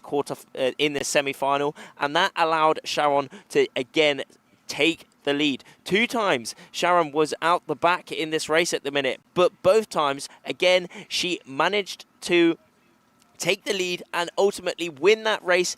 A real show of great athleticism and skill out here at the World Championships. Absolutely. So taking a little look there, Sharon Kantor and Katie Spichikov, 2 Israeli athletes, they will be heading through into the final up against Emma Wilson, the current #1, and Sarah Wenikus and Pilar Lamadrid. Their event ends here. It did look like Pilar Lamadrid maybe had like an equipment malfunction or something, because suddenly she just stopped being a part of the race, and you could see from the distance, you know, she wasn't really moving. You know, everyone was going so much further away from her. Yeah. So we'll just try and get some confirmation of It's what tricky happened though. there. I mean, she has had a great competition here. Yeah, she absolutely. actually won the Lanzarote International iQFOiL International Games this time last year. So all these riders do have what it takes to win this competition. It is just all coming down to these split decisions that really make a difference. I mean, Pilar, a great competition. She finishes in that 5th place position, and then Sarah finishing in the 4th place. As we go to the men's semi-final of the medal race series coming up now, Nicolo Renner qualified straight into this semi-final as he came into today in the 2nd spot, along with Kieran Badlow, who came into it in 3rd. Gray Morris qualified in that quarter-final, and along with Pavel Tarnowski. I mean, we've got a great plethora of riders here. Nicolo Renner, he is the 2023 European champion. He does have what it takes to win as well. Also, he has already been to the Olympics, but the Youth Olympics, he has a silver medal within those Youth Olympics, along with Olympian Kieran Badlow. Kieran Badlow is the current windsurfing Olympic champion. So he is also at the very top of his game. This is going to be a very high tier race, along with every single race today we've had at the medal race series. Yeah, absolutely. This is going to be a really, really interesting one. Gray Morris putting on an incredible performance, and you've got to wonder sometimes, you know, does actually getting a little bit of momentum kind of help you a little bit? You know, Gray Morris obviously coming into this, he's got a bit of confidence now after that last race, so he can kind of come into this going, right, well, I've done it now, all I need to do is do it again. Whereas you've got Nicolo Renner, who, with some stats on screen now for him, you know, he hasn't been round the course today yet. This is him, you know, this will be his first race of the day. Is it, you know, relying on that freshness and going, no, I'm rested, I'm relaxed, or actually going, well, I've already started the momentum. It's really interesting, and I wonder whether that'll play into what we're going to be seeing today. But yeah, Nicolo Renner having a very good week. Actually, we saw already after the first day he was in that 2nd place position. He's been right at the top all throughout the week. Actually, a great competition for him, and hopefully he can execute it on the last day here at the medal race series. Got a massive Dutch flag there, huge, absolutely repping it up, along with all these other riders. I mean, we see a French rib there, we see the Italian rib. There is Nicolas Guard. He's done. His competition is finished, and a great competition it was for him. He should be happy with his performance. He is done absolutely amazing, and an absolute top geezer as well. Really nice dude. He's always there to help people, talk to people, along with everyone else here at the IQ class. The real sense of community here is amazing. Everyone shares the same passion of loving windsurfing and loving foiling, and the feelings that you just get on the water is just like nothing else. Just flying above the water feels absolutely amazing. It's like you have to try it to understand what it's like. It just makes you feel so free, at one with nature. Everything just goes calm and chill, and when especially, I mean, calm and chill, that's one side of it, but when you're in a semi-final of the World Championships that we're coming up now, it's not quite so calm and chill. It is full power, really at the top of their game each, but all these riders will be having an absolute blast on the water. They'll be having so much fun on the water, racing each other, really going full power with each other on the limits. I mean, limits are being pushed left, right and center in this competition. Everyone is going for gaps that don't exist. They are pushing to the absolute max, hitting hitting the start lines at that 0-0, as we've seen already today. Sometimes people have been pushing a little bit too much and had some general recalls, but hopefully within this men's semi-final coming up very soon, the last minute now, we will not see any general recalls. And that was the black flag heading down on that committee boat, showing that we are inside the last minute. Why do we use flags on the boats? Just to show the show all the riders. I mean, when these flags do go down on the boats, that signifies the exact time where that 1 minute is. They have a 3, 2, 1 sound signals as well. 3 minutes. So at 3 minutes, one of the flags goes up, and then at the go, one of the flags also goes down at the go. And also so they can see it, because the sound signals sometimes can be a little bit out of sync, because light travels so much faster than sound. So they base it off exactly those flags. As we're coming in to the last 10 seconds, Pavel up that top end. Will he be having the best start? We will going to see Gray also in the middle there. They are all pumping. It looked as if that was a good start. Down that bottom end, Kieran Badlow opting to go for that deeper line.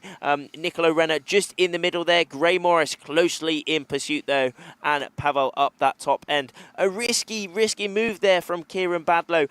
Down that top end, down the bottom end at the pin. Could be a little bit favoured maybe, as you are a little bit closer to that first mark. However, you do not want anyone to roll over the top of you, giving you that dirty win. But look at Nicolo Renner just extend his little bit of lead out there. But Kieran is really holding his own down that bottom end. A bunch of really celebrities of windsurfing here, racing it out towards that final. Absolutely, and there they are going round the first mark. Gray Morris again taking that little deeper line that we saw Sharon Cantor take. Looks like Kieran Badlow potentially also opting for the same thing. Couple of pumps there to keep himself up and going. Yeah, Nicolo Renner kind of starting to extend a little bit of a lead. He's clearly found a little bit of speed that everyone else hasn't quite managed to. Pavel actually looking like he's also accelerating towards him, as we see on the left-hand side. Gray Morris going for the jibe already. Yep.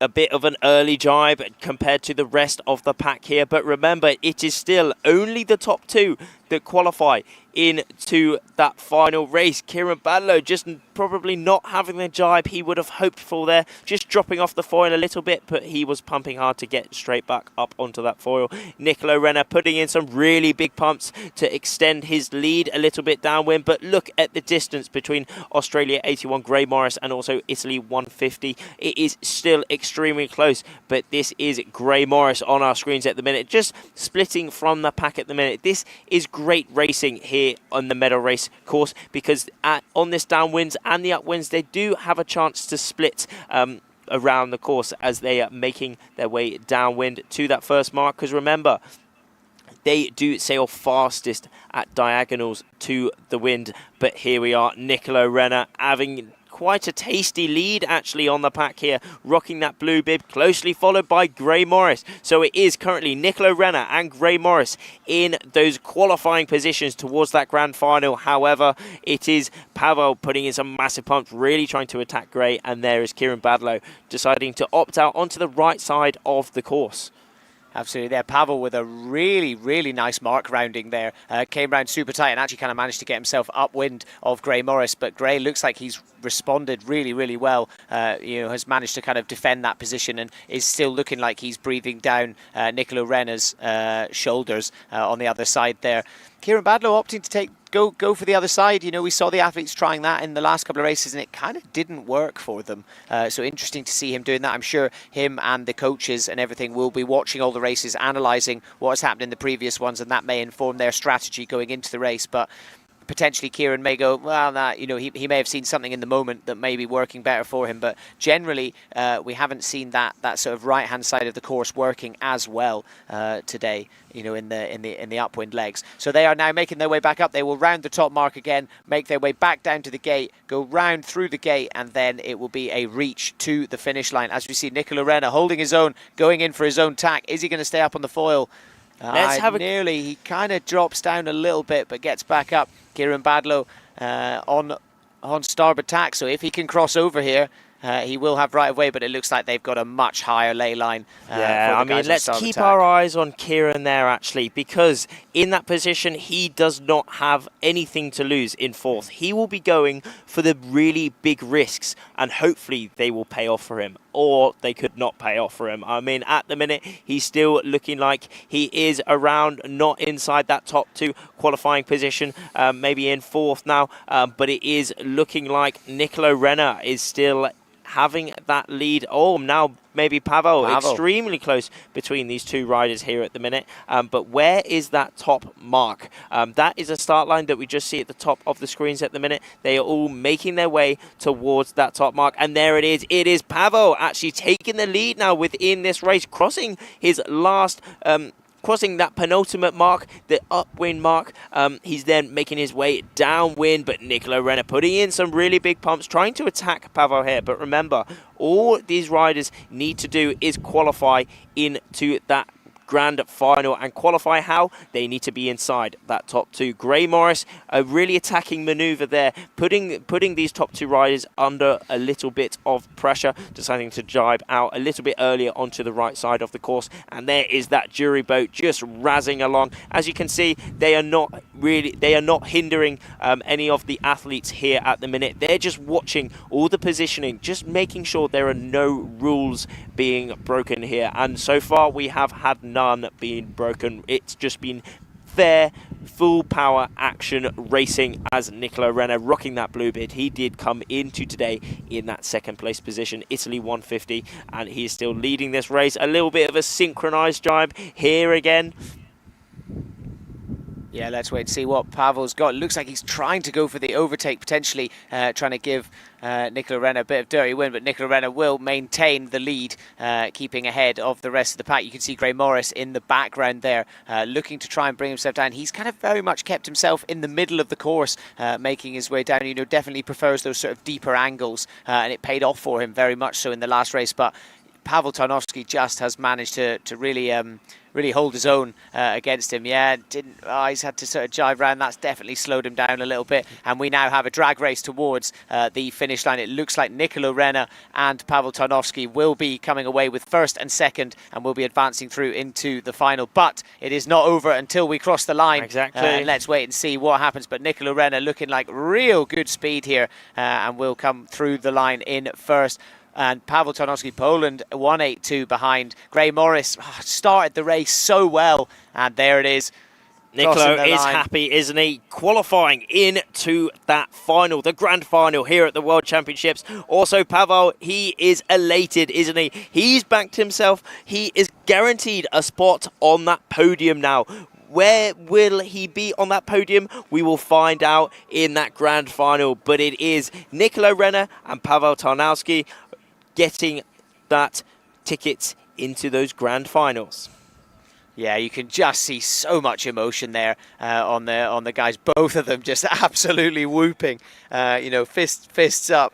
Yeah, it must be such a great feeling to know no matter what happens, they will be on the podium here for the iQFOiL World Championships here in Lanzarote. Tough break there for Gray Morris. You know, put in such a great performance, winning the last race, winning the quarterfinal, and started off this race so well, but just couldn't quite manage to find his form on after that first sort of upwind leg.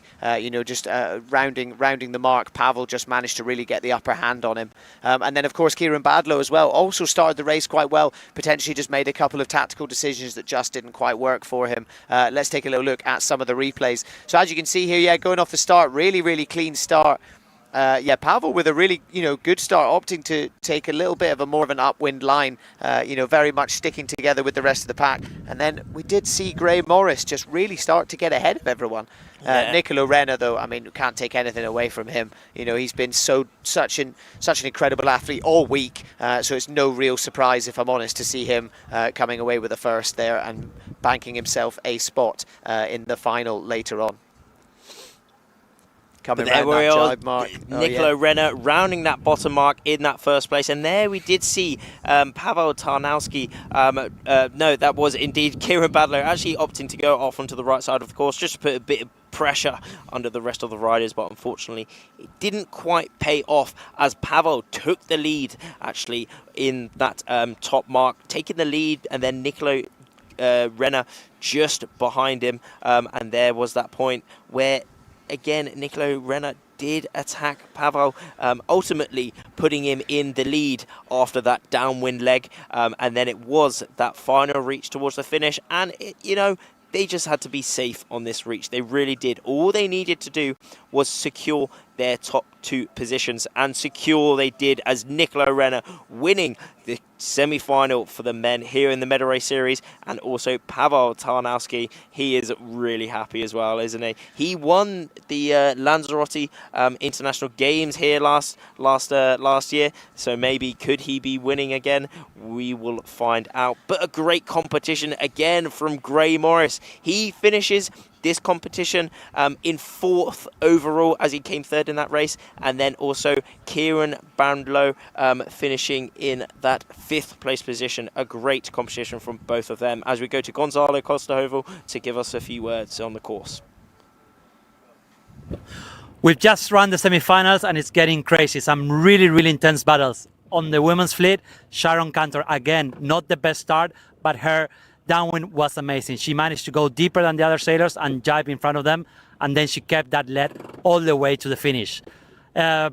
Unfortunately, Pilar Lamadrid had something on her foil, so when she had to round the bottom mark, she stopped and took that thing out of the foil. And then there was a great battle between Kari and Sarah from the Netherlands, Kari from Israel. On the last downwind, I must say that Sarah went a little bit too far, it looked like. Katie jibed earlier and managed to sneak that 2nd place from 3rd to 2nd, managing to get into the final. So they will meet. Katie and Sharon will be fighting with Emma for that podium top place. On the men's, again, a great semi-final. Kieran Badlow and Nico Lorena seemed that they had the best start. Kieran had a slightly not great jibe, let's say, so he lost some spots there. But the highlight of this semi-final was Paweł Tarnowski. It seemed like he had not the great rounding at the bottom, couldn't follow the line from Gray Morris and from Nico Lorena, but he had an early tag. He met that leyline and went from 3rd, 4th to 1st. On the last downwind, Nico Lorena managed to pass him, but Paweł secured that 2nd place, leaving Gray Morris on 3rd and Kieran Badlow on 4th. So stay tuned. The finals are coming up. It's getting very intense here. So stay on live. Awesome there to hear from Gonzalo Costa, the class manager. Of course, a very experienced racer himself, so great to have him spearheading all the organisation and running all these events and the class. It's just great to see. And here we go. We are going into the women's final. This is where we will crown a women's world champion for 2024. So Emma Wilson sitting in 1st place at the moment and is joined by Sharon Cantor and Kati Spichakov, who are coming in from the semi-final. They are the top 2 from that, as Gonzalo just said. This is going to be so intense. Emma Wilson, she's had such an incredible week this week, from winning all the races in one day, having to discard a 1st place, to, again, just complete dominance yesterday, especially in the course racing. She's no matter what point of sail she's on, she's just been extremely dominant, and she'll be looking to carry that in and just maintain that 1st position that she's held basically all week. Taking a look at her stats there as well, you can see highest event finish 2nd. So she'll be looking to essentially add her 1st event win to today as well. It'll be really interesting to see Emma take to the course and join the 2 Israeli athletes that we've seen put in really incredible performances today already. So we should be getting towards the start of this race now. The final. This is the last race. It is all come down to this moment for the women here at the 2024 World Championships. Around 2 minutes to go for this grand final. There will only be 3 riders within this final, as we did see who they were, and all of them will be having a podium position guaranteed. But where on that podium, we are going to find out. Yeah, absolutely. So we've got about 1 minute and 35 seconds to go until this start. We have had a couple of general recalls today already. So, you know, a few people getting knocked out, having their iQFOiL World Championship dreams crushed a little bit early. You know, going over the line, it meant instant disqualification. For the finals, however, it is slightly different. If you do go over the line, you will have a 5-second penalty. Sadly, so you do not need to, you will not be completely disqualified. You will be essentially given a 5-second penalty, which, you know, can be very difficult to come back from. But at least given that you've got this far to the finals, you are essentially given a bit of a second chance. And we've just had it come through, given that Kieran Badlow coming in 4th place there, that means he will not be going to the Olympics. He will not be able to be a competitor there. And it will be this, essentially Kieran Badlow's 4th place result will confirm Luke van Opzeeland as the Netherlands representative at the Olympic Games this summer. We will be seeing Luke van Opzeeland take to the water in the men's final after this. But right now, all eyes are on the women. Just over 30 seconds to go until the start. You can see the start line just there, the committee boat at the top, and then the orange cone marks the pin end. It is a across the wind reaching start with the athletes hitting up to kind of 25 knots, if not more. And we can see them on our screen now making their way towards it. Emma Wilson on the left-hand side with the British flag, and then the 2 Israeli athletes as well, Sharon Kantor and Kati Spichakov joining. That is Sharon Kantor in the middle and Kati Spichakov on the right-hand side. God, they're all slowing up towards this start line now, aren't they? Emma Wilson looking like she did have possibly the best start down that bottom end, but it is a general recall. It is a general recall, so we will have that situation. Whoever was over that start line will be having that 5-second penalty in and I the gotta next say, race. And it was probably Emma. It could even be Emma there, as she did look very keen, possibly the one sticking out just a little bit much, but at this angle, we are just speculating again, so we will have confirmation very soon. Oh, that was just so close, wasn't it? Only a board length or so where we will see that flag. It is literally just a board length or so, just literally a split second over that start. But it's going to be extremely close between Sharon Kantor if she was over the start line again. But this will be the situation where we will have the special situation for the medal race grand final, where whoever was BFD who was over that start line will have the chance to race again in this final. However, they will be given a 5-second penalty. After that 5-second penalty is done, they can then make their way across the start line and then race again towards the others, and giving the opportunity to still be on top of that podium. But there is Emma Wilson just adjusting her equipment a little bit. It looks like she took off the... Took her UJ off. Yeah, it looks like she's just adjusting that UJ position just a little bit, maybe moving it a little bit forward or backward. Maybe she wants a little bit more lift and power, or she wants a bit more drive and less power on the equipment. But we will see who was over that start line, and this is going to be very interesting to see this 5-second penalty system live hand here on the final day of the 2024 World Championships. Yeah, absolutely. Yeah, you know, it very much was Emma over the line first. You know, we could see them all really sort of slowing up as they made their way towards it, but then Emma, you know, really pumped the sail a few times and went over, and it looks like, yeah, that is GBR7. So Emma was over the line early. So I think she will be, she won't be disqualified, as we said before the start. Exactly. You know, it is slightly different given it is the finals, but she will suffer a 5-second time penalty. So she will have to sit there, watch the other girls go over the line, and then head over 5 seconds after them. So that is 5 seconds doesn't sound like a long time, but in terms of iQFOiL racing, that is an eternity. So yeah, that is going to be a crushing blow for Emma, but she can hopefully utilise some of the tactics that she's brought into the last few days of racing, and you know, still be a competitive force within the finals. Certainly so, but we will see how this all plays out. I mean, Emma now having a 5-second penalty will unfortunately put her in quite a behind position, a really catch-up position here for the grand final. But 5 seconds, I mean, that is a lot of distances when these riders are travelling extremely fast.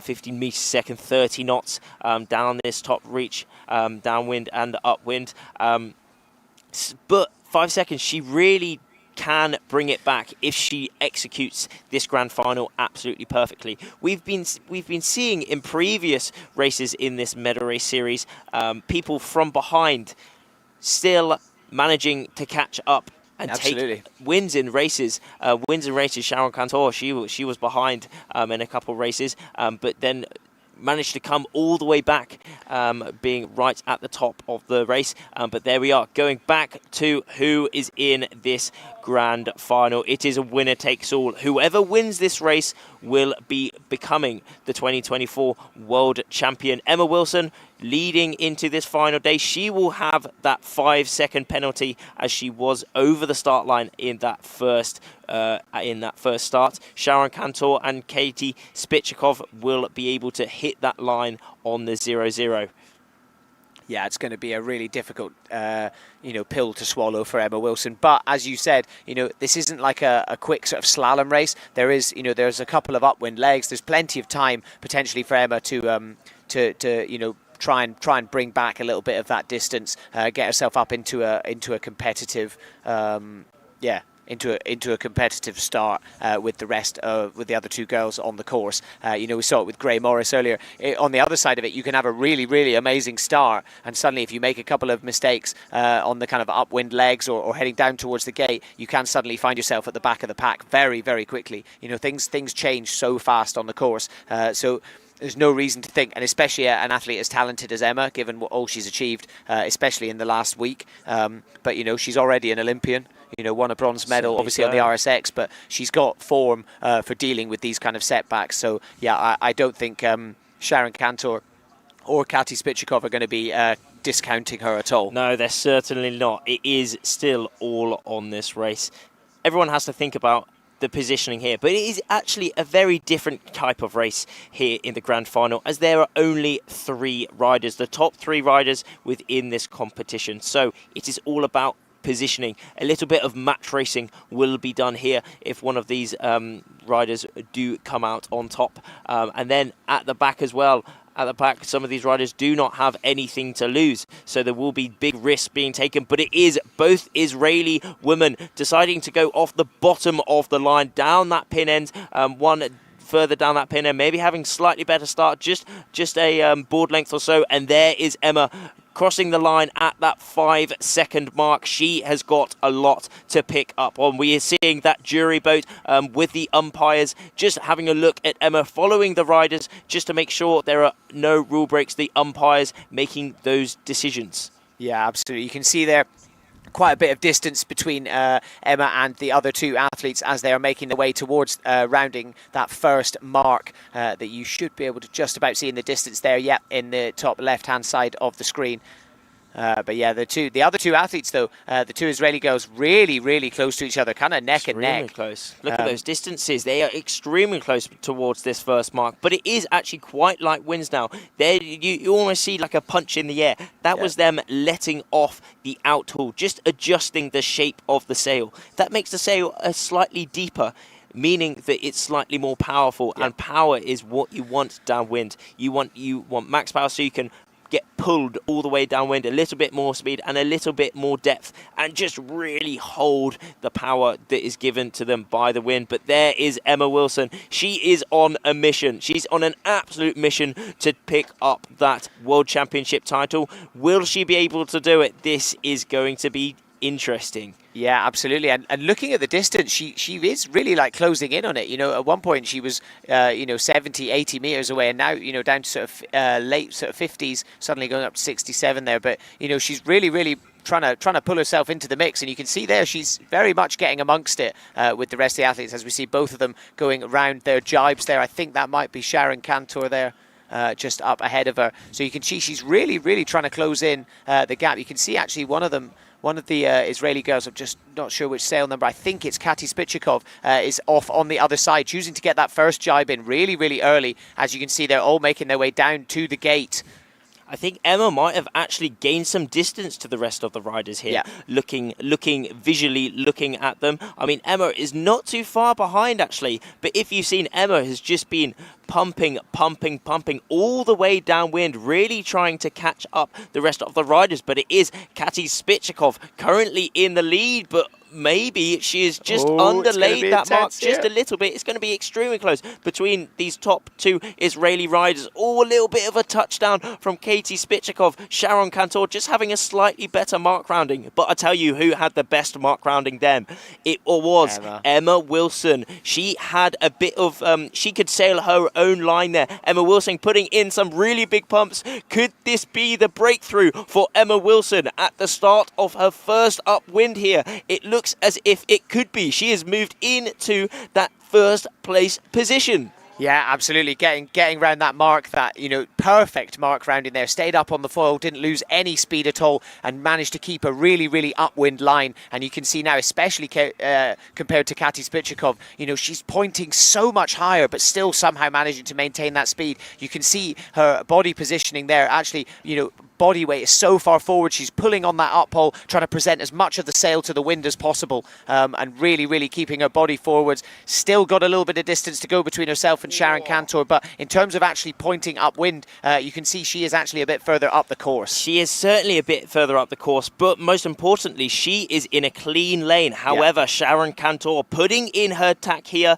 Emma Wilson pumping up. Will she be able to use the rules here? And she does use the rules here, as Emma Wilson was on that starboard tack, so she could keep going, and Sharon Cantor did have to stop for her. That has made Sharon just lose a little bit of distance there, as Emma Wilson putting in her tack, and there was no waiting around. She was a really good fully planing tack, losing barely any speed and still pumping up the upwind. Let's just, I think if you've had your eyes on Emma, she has just been pumping absolutely non-stop. And that is what she's had to do to complete this mission of becoming a world championship title. But it is not done yet. Maybe about halfway through this grand final for the women. Here, we will be crowning our world championship title with whoever wins this race. It is Kati Spichakov just dropping out the back a little bit. We still have those jury boats with the umpires on, looking if there are any rule breaks, and for sure they were looking at that pinnacle situation there between Emma and Sharon, but there is that upwind mark. Who will be on that ley line? Who will be able to make it? It is extremely close here. Sharon Cantor rounding her penultimate mark in that first place. Emma Wilson in close pursuit there, only 14 meters. A split second separates these two riders. Emma will just be in an absolute mare at the minute. She's just been pumping the whole time. She will be so extremely tired, but this is their last race of the competition. All this week has come down to this moment. Sharon Cantor and Emma Wilson so equal on this downwind at the minute. How is the drive from Sharon? It is safe, but Emma Wilson deciding to go a little bit further. This is going to be very interesting. Who has the best side of the course here? A big split here now. Yeah, absolutely. Yeah, Emma Wilson choosing to go a little bit wider. It was a decision that didn't really pay off for Sarah Wenikas earlier in the last race, but let's just wait and see how it pays off for Emma. You can see there Sharon Cantor putting in a little bit more distance between herself and Emma now by choosing to stay a little bit more in the middle of the course as she makes her way down towards the gate. Emma now has a little bit of her work cut out for her. Looks like she's really managed to put distance between herself and Kati Spichakov, though.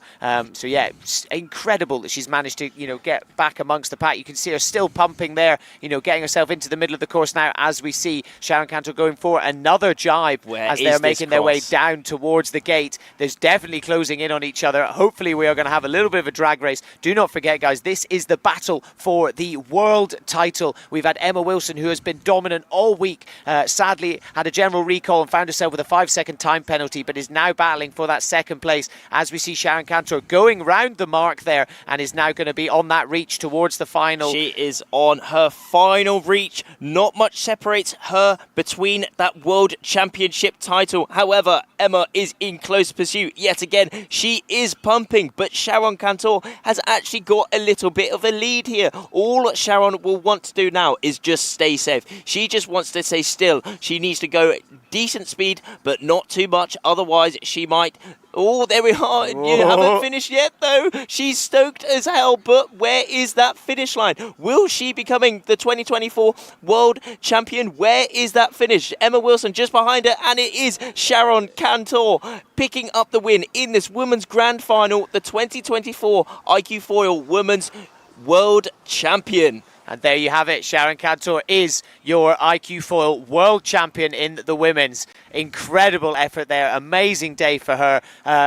Emma Wilson taking a second. I imagine a difficult day for her, but still an incredible performance from her throughout the entire event. But there you have it. Sharon Cantor, arm fist in the air. And yep, she is your iQFOiL World Champion. A dominating week from Sharon Cantor. Difficult to take, and there she has for done it. Emma But Wilson. yeah, there is Emma Wilson. It is tricky, a tricky one yet again. Still yet to pick up that title, but she has just been having an absolutely amazing week. You know, hats off to her. She has had an awesome week, really being at the top the whole time. She can be very happy with her performance, but Sharon Cantor with her coach, with Gonzalo on the boat now, they are happy. They Incredible are work there. happy. Hopefully we'll be able to get over to an interview with Sharon Cantor there. Yeah, let's head over to Gonzalo, who is with your new Women's World Champion, Sharon Cantor. So we're here with Sharon, World Champion. How are you feeling? Wow, amazing. I worked so hard today. Like, I won all the races. I'm so happy. The last race was so tough. And Emma, she was so fast, and also Katie. It was a nice battle. I had so much fun this event. I had ups and downs. I'm so grateful. Thank you. Yeah, amazing work. Speechless, Sharon here. As well, we have Katie on our right side. Please get Katie. She finished third. Amazing work from her. We're going to see some really good sportsmanship here.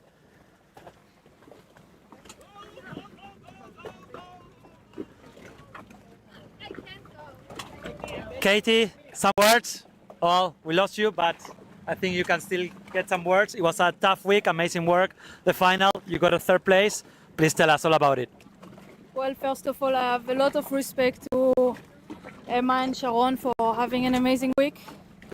And for me, yeah, I wanted more today, but I guess that's going to be enough for today, and we'll see what's next for me.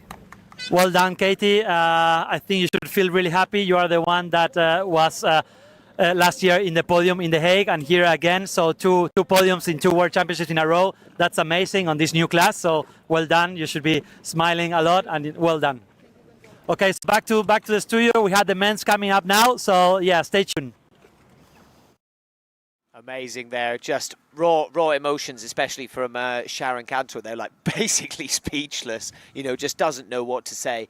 Yeah, just, full emotions there. Let's take a little look at the replays of this final for the Women's World Championships here in Lanzarote. You can see there Emma Wilson trailing the pack there. Unfortunately got a 5-second time penalty, and I got to say, given her performance, if she hadn't had that penalty, I think we potentially would be looking at a different outcome. Yeah. But we can't look at that, yeah, incredible performance from Sharon Cantor. But the fact that Emma Wilson managed to catch up with the pack and then also actually managed to overtake Katie Spichikov and come into second, it was this mark rounding which was just incredible. That was a pinnacle moment in this race at the minute. It was both those Israeli women down the bottom really fighting there, but that did allow Emma to really take a big chunk of the lead out of them.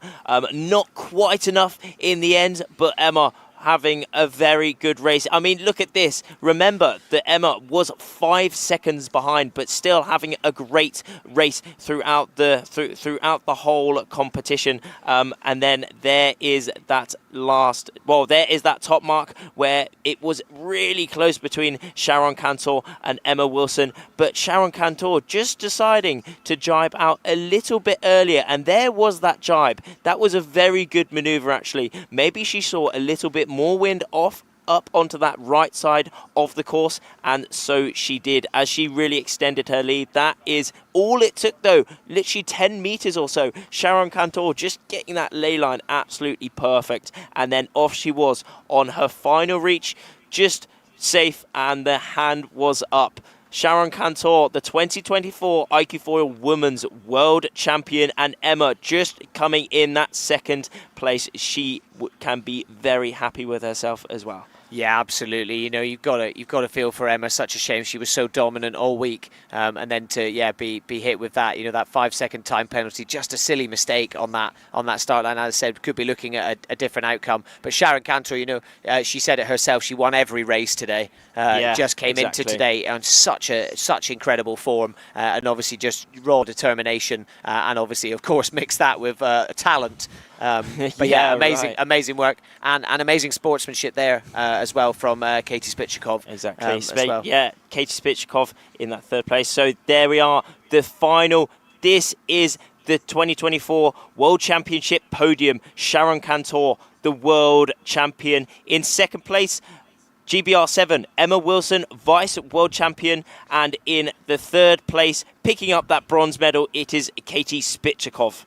A really strong performance from these Israeli women here. Incredible performance there from all three girls, you know, despite the circumstances. But now let's look ahead. What we've got coming up. It is time for the men's final, the final race on the last day here of the iQFOiL World Championships here in Lanzarote. Winner takes it all, and advancing through from the semi-final, Nicola Renna and Pavel Tarnowski putting an incredible performance there in that last semi-final, and they will be going up against Luke van Opzeeland, who has basically been just dominating this event from minute one. So this is going to be an incredible race coming up. Rafferty, talk me through it. Who's your money on? God, give me these questions. I've got to do it. I've got to do it. What are you thinking? What are you thinking? I've got my own opinions, so I'd like yours first. It is a tricky one. I mean, we have seen Luke really dominating throughout the week. Yeah. However, we have seen last year, we saw Nicola Renna having a really good medal race series in the European Championships last year, which allowed him to become the European champion. So anyone inside this grand final really does have a chance of picking up that World Championship title. Yeah, absolutely. I don't know, it's such a difficult one. For me, obviously, Luke van Opzeeland, he is just a smooth operator. You know, it doesn't seem like anything phases him. He plays it so cool, and every time we've seen him in a race so far, he seems to just come out of nowhere. Even if he doesn't have the best start or anything like that, he seems to be able to just compose himself and bring himself back right into the mix. Yeah. Very similarly to what Emma just did there. Exactly. In the face of that adversity, you know, just brought himself out. And to me, I'm not sure how an attitude and a talent like that can really be stopped. But saying that, Nicola Renna, he's been on incredible form all week as well, and has just seen himself climb further and further up the ranks. And then obviously Pavel Tarnowski, he's just riding the momentum at the moment of just an incredible day that he's had, following on from a great day yesterday as well. Exactly. So, I mean, I've not really answered any questions there. I've just kind of talked about how it could be anyone. Very political.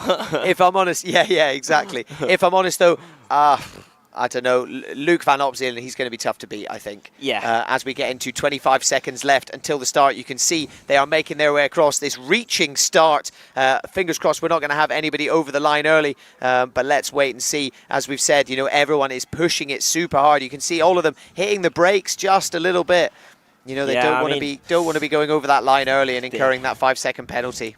Exactly, but we are inside the last 10 seconds now. A big difference, actually. Luke van Opzeeland opting to go for the bottom end towards that pin starts, and look at that Looks like start. a clean start That there. was one of the best starts Yeah, that I've was ever incredible. seen. Every single one of those riders hitting that at the 0. Luke van Opteyland deciding to take that bottom line, though, putting in some extra punch to accelerate and hold his lead in this pack here. In the middle, Italy 150, Nicolo Renner, and it is Paweł Tarnowski. Poland 182 at that top end, but it is all extra. Look at the position of Luke. Look at the control over the foil and over the pitch of that foil. Just really cranking on this top reach towards that first mark. Yeah, absolutely. Has just instantly managed to put a bit of distance between himself and the other two athletes. Looking like Paweł Tarnowski there suddenly just picked up loads of speed, but Nicolo Renner defended really nicely and managed to stop him being able to overtake. And also overtaking, you know, upwind, he's going to take a lot of that wind from you and give you his dirty wind. So, yeah, it's not a position you want to find yourself in. But, yeah, Nicolo Renner and Paweł Tarnowski in a bit of a battle at the moment. Luke van Opteyland really getting himself streets away from the pack. I don't know what he's doing. Yeah, I mean, there with that foil. He's just perfectly trim, like you said, and just maximising every little ounce of speed he can get. As we see Nicolo Renner going in for an early jibe there, also looking like Luke van Opteyland going for a jibe a bit further down the course. Today we very much have seen people who have stuck towards the middle of the course, getting that jibe in early. They've definitely, had the fruits of their labour, given to them. By doing that, rather than taking that wider outside line, by sticking towards the middle of the course, they've definitely found themselves getting down to that gate a little bit earlier. So yeah, interesting tactics, and I wonder if that's been communicated to these riders, by the coaches who have been analysing the races previously. Possibly so. I mean, but we are seeing a really big spread now downwind. Paweł deciding to go a hard right on the course. Luke van Opteyland going on the left, and then also Nicolo Renner kind of being on the middle. He's out of frame at the minute, but look at Paweł putting in some really big pumps, trying to establish himself within this grand final. But where is this cross actually? Luke van Opteyland putting in his jibe, but it looks as if Paweł Tarnowski could indeed have snatched the lead off of Luke here. A great downwind. He did decide to go out a bit further on the right side of the course, and that has paid as he rounds that bottom gate in that first place position. Closely followed by Luke van Opteyland and Nicolo Renner deciding to go out onto the right side of the course. Really interesting decision there from Nicolo Renner to choose to go out onto that other side. It's something we've seen the athletes doing today, and it's something that hasn't necessarily paid off that well. Most people choosing to opt to go round, staying on that starboard side. But yeah, Paweł Tarnowski still with a bit of a lead over Luke van Opteyland. But actually, at the moment, Nicolo Renner is finding himself furthest up the course. But it's always in the tack. As soon as he tacks round, it's going to suddenly become a little bit more difficult for him. This is the grand final, though. For all these riders, this is their last race of the competition, so no holding back for any of these riders. Italy 150, Nicolo Renner currently on our screens at the minute. He was last year's European champion. Could he pick up this year's World Championship title? But defending the World Championship title is Luke van Opteyland. He was last year's World Champion. He is off in the background a little bit, and there is Nicolo's tack. A really nice tack, considering the conditions out here. It is quite light winds, maybe just above 10 knots or so, 11, 12 out here, and a fully planing tack there. He's still pumping. He's working hard as possible. But where are these crosses? It's going to be very close between Paweł, Luke, and also Nicolo now. I mean, we're looking at the minute. Maybe Luke has just dropped back to a little bit with that 80 meters or so, but they are all going to making their way to that top mark. Who will be coming out in the lead? Yeah, absolutely. Yeah, Nicolo Renner there making some really good decisions and looking like he should just about be able to cross over, and obviously he does have right of way as well, so if anyone gets in his way, he will be able to, but it looks like he's actually going to be streets ahead of them anyway, so he's got himself a really good lead here. Luke van Opteyland sitting a little bit closer in towards the middle, not pointing quite as high. Potentially made a couple of mistakes, especially getting down towards that end mark. It did look like the wind was really light there. As you said, big change in the wind, I think there is that upwind mark. It looks like there's been a big switch out on the course, which has really played into Nicolo Renner's favour here as he rounds that top mark in quite a safe first place there. Actually, Nicolo just crossing Luke van Opsieland there, but it is a really big battle for that second and third place Look how position much distance here, he's putting between really himself and has. everyone else. He's in such a strong position now. You can see they are still both trying to get round the mark. You can see wind's definitely really dropped off, but Nicolo Renner, he's already got round, he's already heading downwind, he's staying super close in towards the middle of the course, taking that really deep angle that has paid off all day today, rather than going out for those that wide jibe, thinking about board speed, choosing to just try and cover as much ground upwind or downwind as possible, and in this case it is definitely paying off for him. You can see it's very much become a battle for second now between Luke van Opsieland and Pavel Tarnowski. But again, they split out on this downwind. We saw big splits on the previous one, and now we are seeing a split again. And each side, it's kind of been maybe that right side or the middle which has really paid Nicolo Renner now putting in his jibe, but that is Luke putting in his jibe now to go off, make his way to that bottom mark. He really put a jibe on that bit as well to really allow him to keep flying, considering how light the breeze is here. But Nicolo Renner currently in the lead for this men's grand final here on the final day of the 2024 World Championships.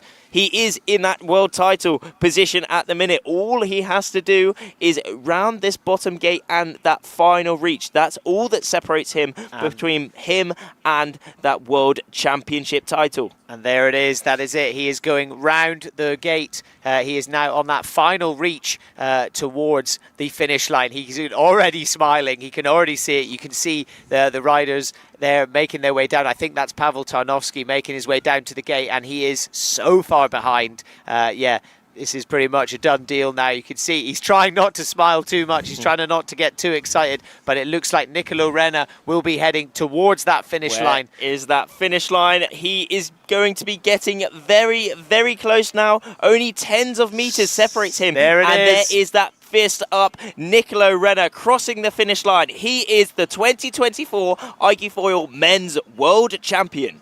And you can see just the pure elation on his face. There's so many boats driving over towards him now. Let's have a look at this second and third place, though, before the finish. Luke and Pavel having a really big battle for that second place towards the finish, but it is Pavel Tarnowski picking up that second spot. He is the 2024 Vice World Champion, and followed by Luke van Opsieland picking up the bronze medal here in Lanzarote. Third place there for Luke van Opsieland. Difficult day for him. Amazing day for Pavel Tarnowski, coming away with the Vice World Championship. And then, of course, Nicolo Renner taking away the championship, coming away as world champion for 2024 in the iQFOiL. You can see there just the level of stoke. He's embracing his coach there. Luke van Opsieland coming over to congratulate him as well. Just pure sportsmanship. Things you love to see. Yeah. They are happy. I mean, that is the end of their competition. The top three riders here.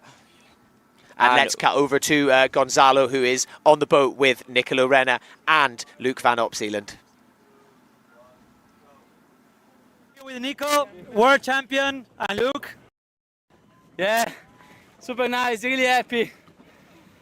This time I entered two in the medal race, finished first. Last time in the night, lose 2 plays, so I'm really happy about this.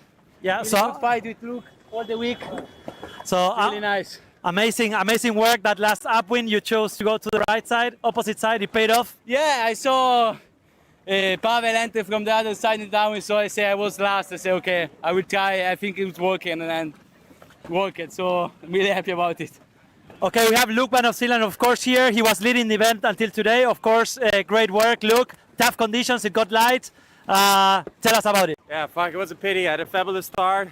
Then I think I rounded the gate first, but just picked the wrong side. And I realized halfway that the left wasn't working.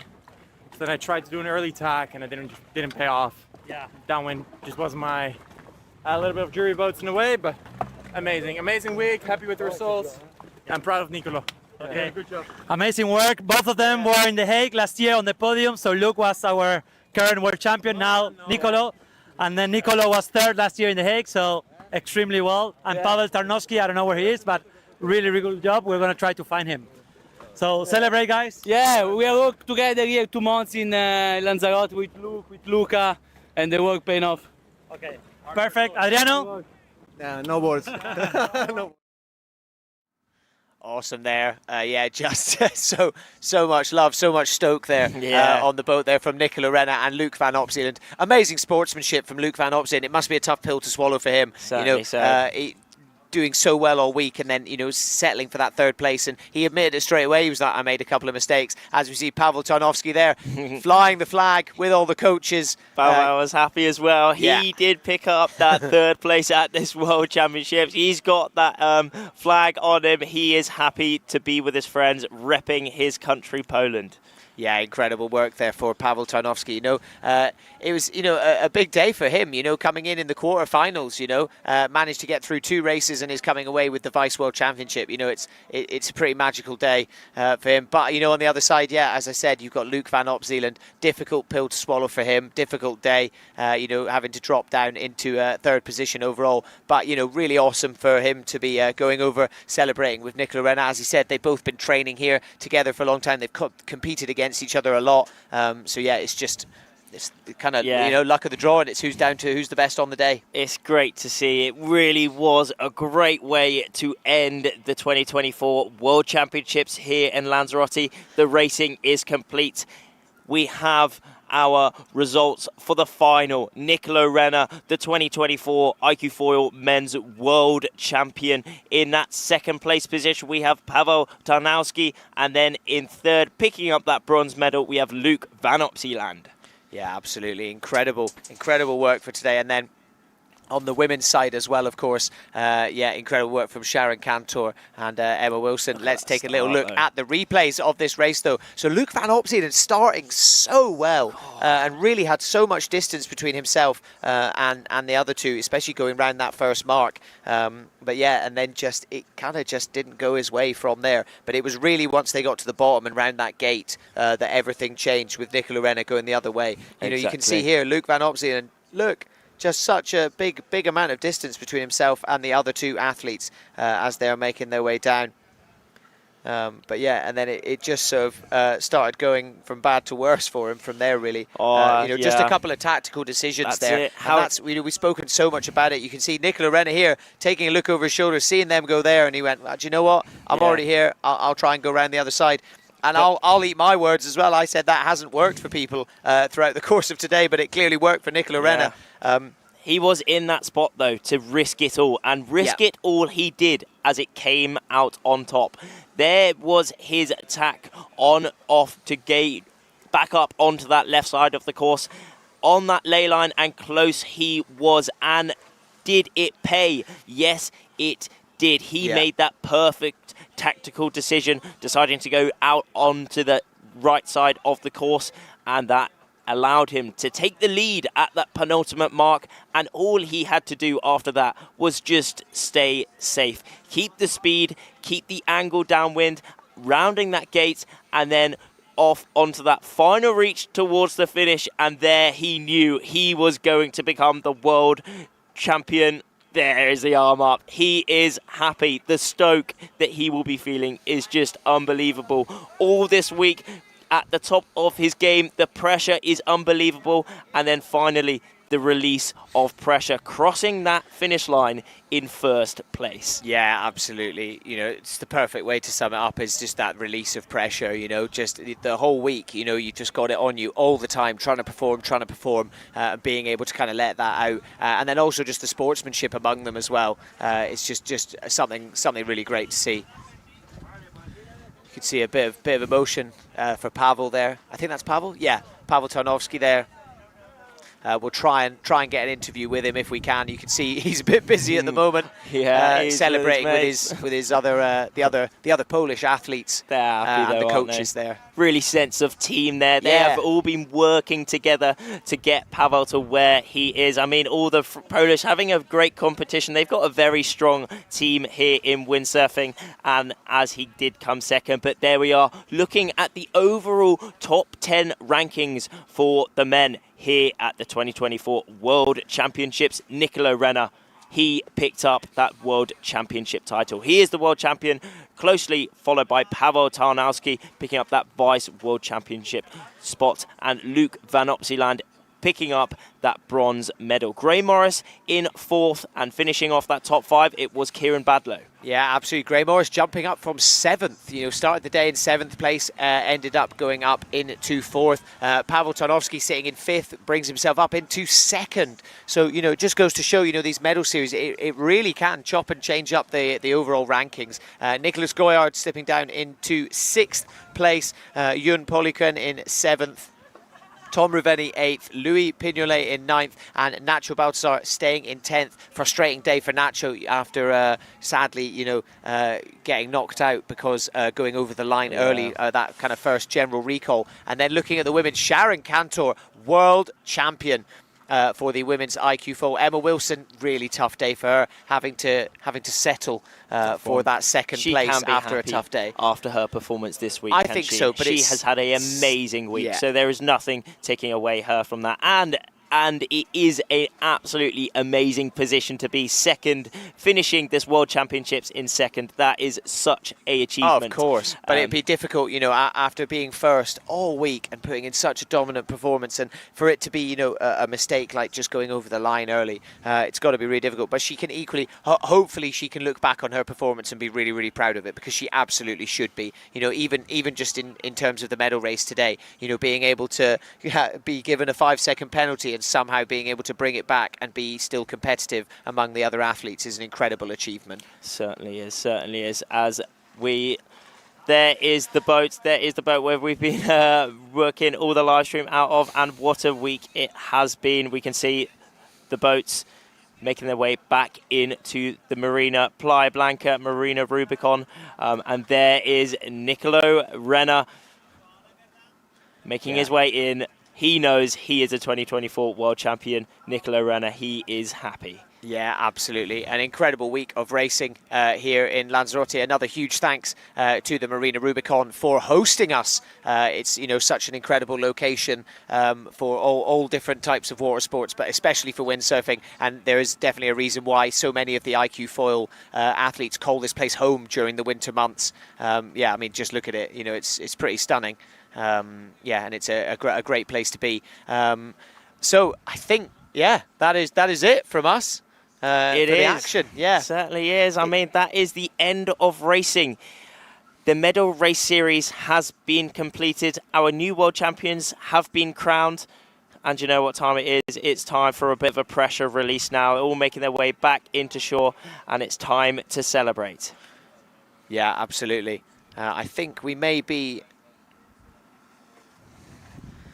Yeah, so yeah, an incredible week of racing. We've had a little bit of everything. We've had really nice, consistent wins, you know, all that kind of sort of between 10 and sort of 17 knots throughout the week. Yesterday, I gotta say, yesterday was a highlight for me. That morning slalom, you know, when we had those sort of stronger winds, it was just great to see the downwind course. You know, everyone really pushing it. We had guys, you know, hitting sort of 30 knots. Yeah, it's so great. And then obviously, of course, seeing all the emotions for the medal series today, you know, and seeing these guys, like you said, the release of pressure. That's such a great way of saying it, and it must really feel like that for them. And it's just great to see. And then, of course, seeing some of the athletes throughout the week as well qualify for the Olympics. There's been so much going on, almost too much for us to come up with. Favourite moments?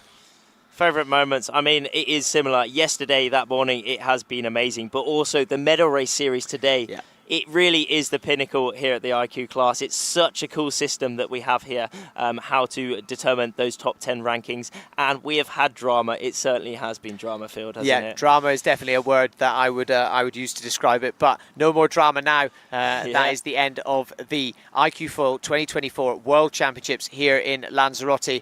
Thank you so much for joining in. I hope you guys have enjoyed the show. Don't forget, you can follow along at iQFOiL class, where you can keep up to date with all the stuff behind the scenes and everything going on with all the what's going on within the class, future events, everything like that.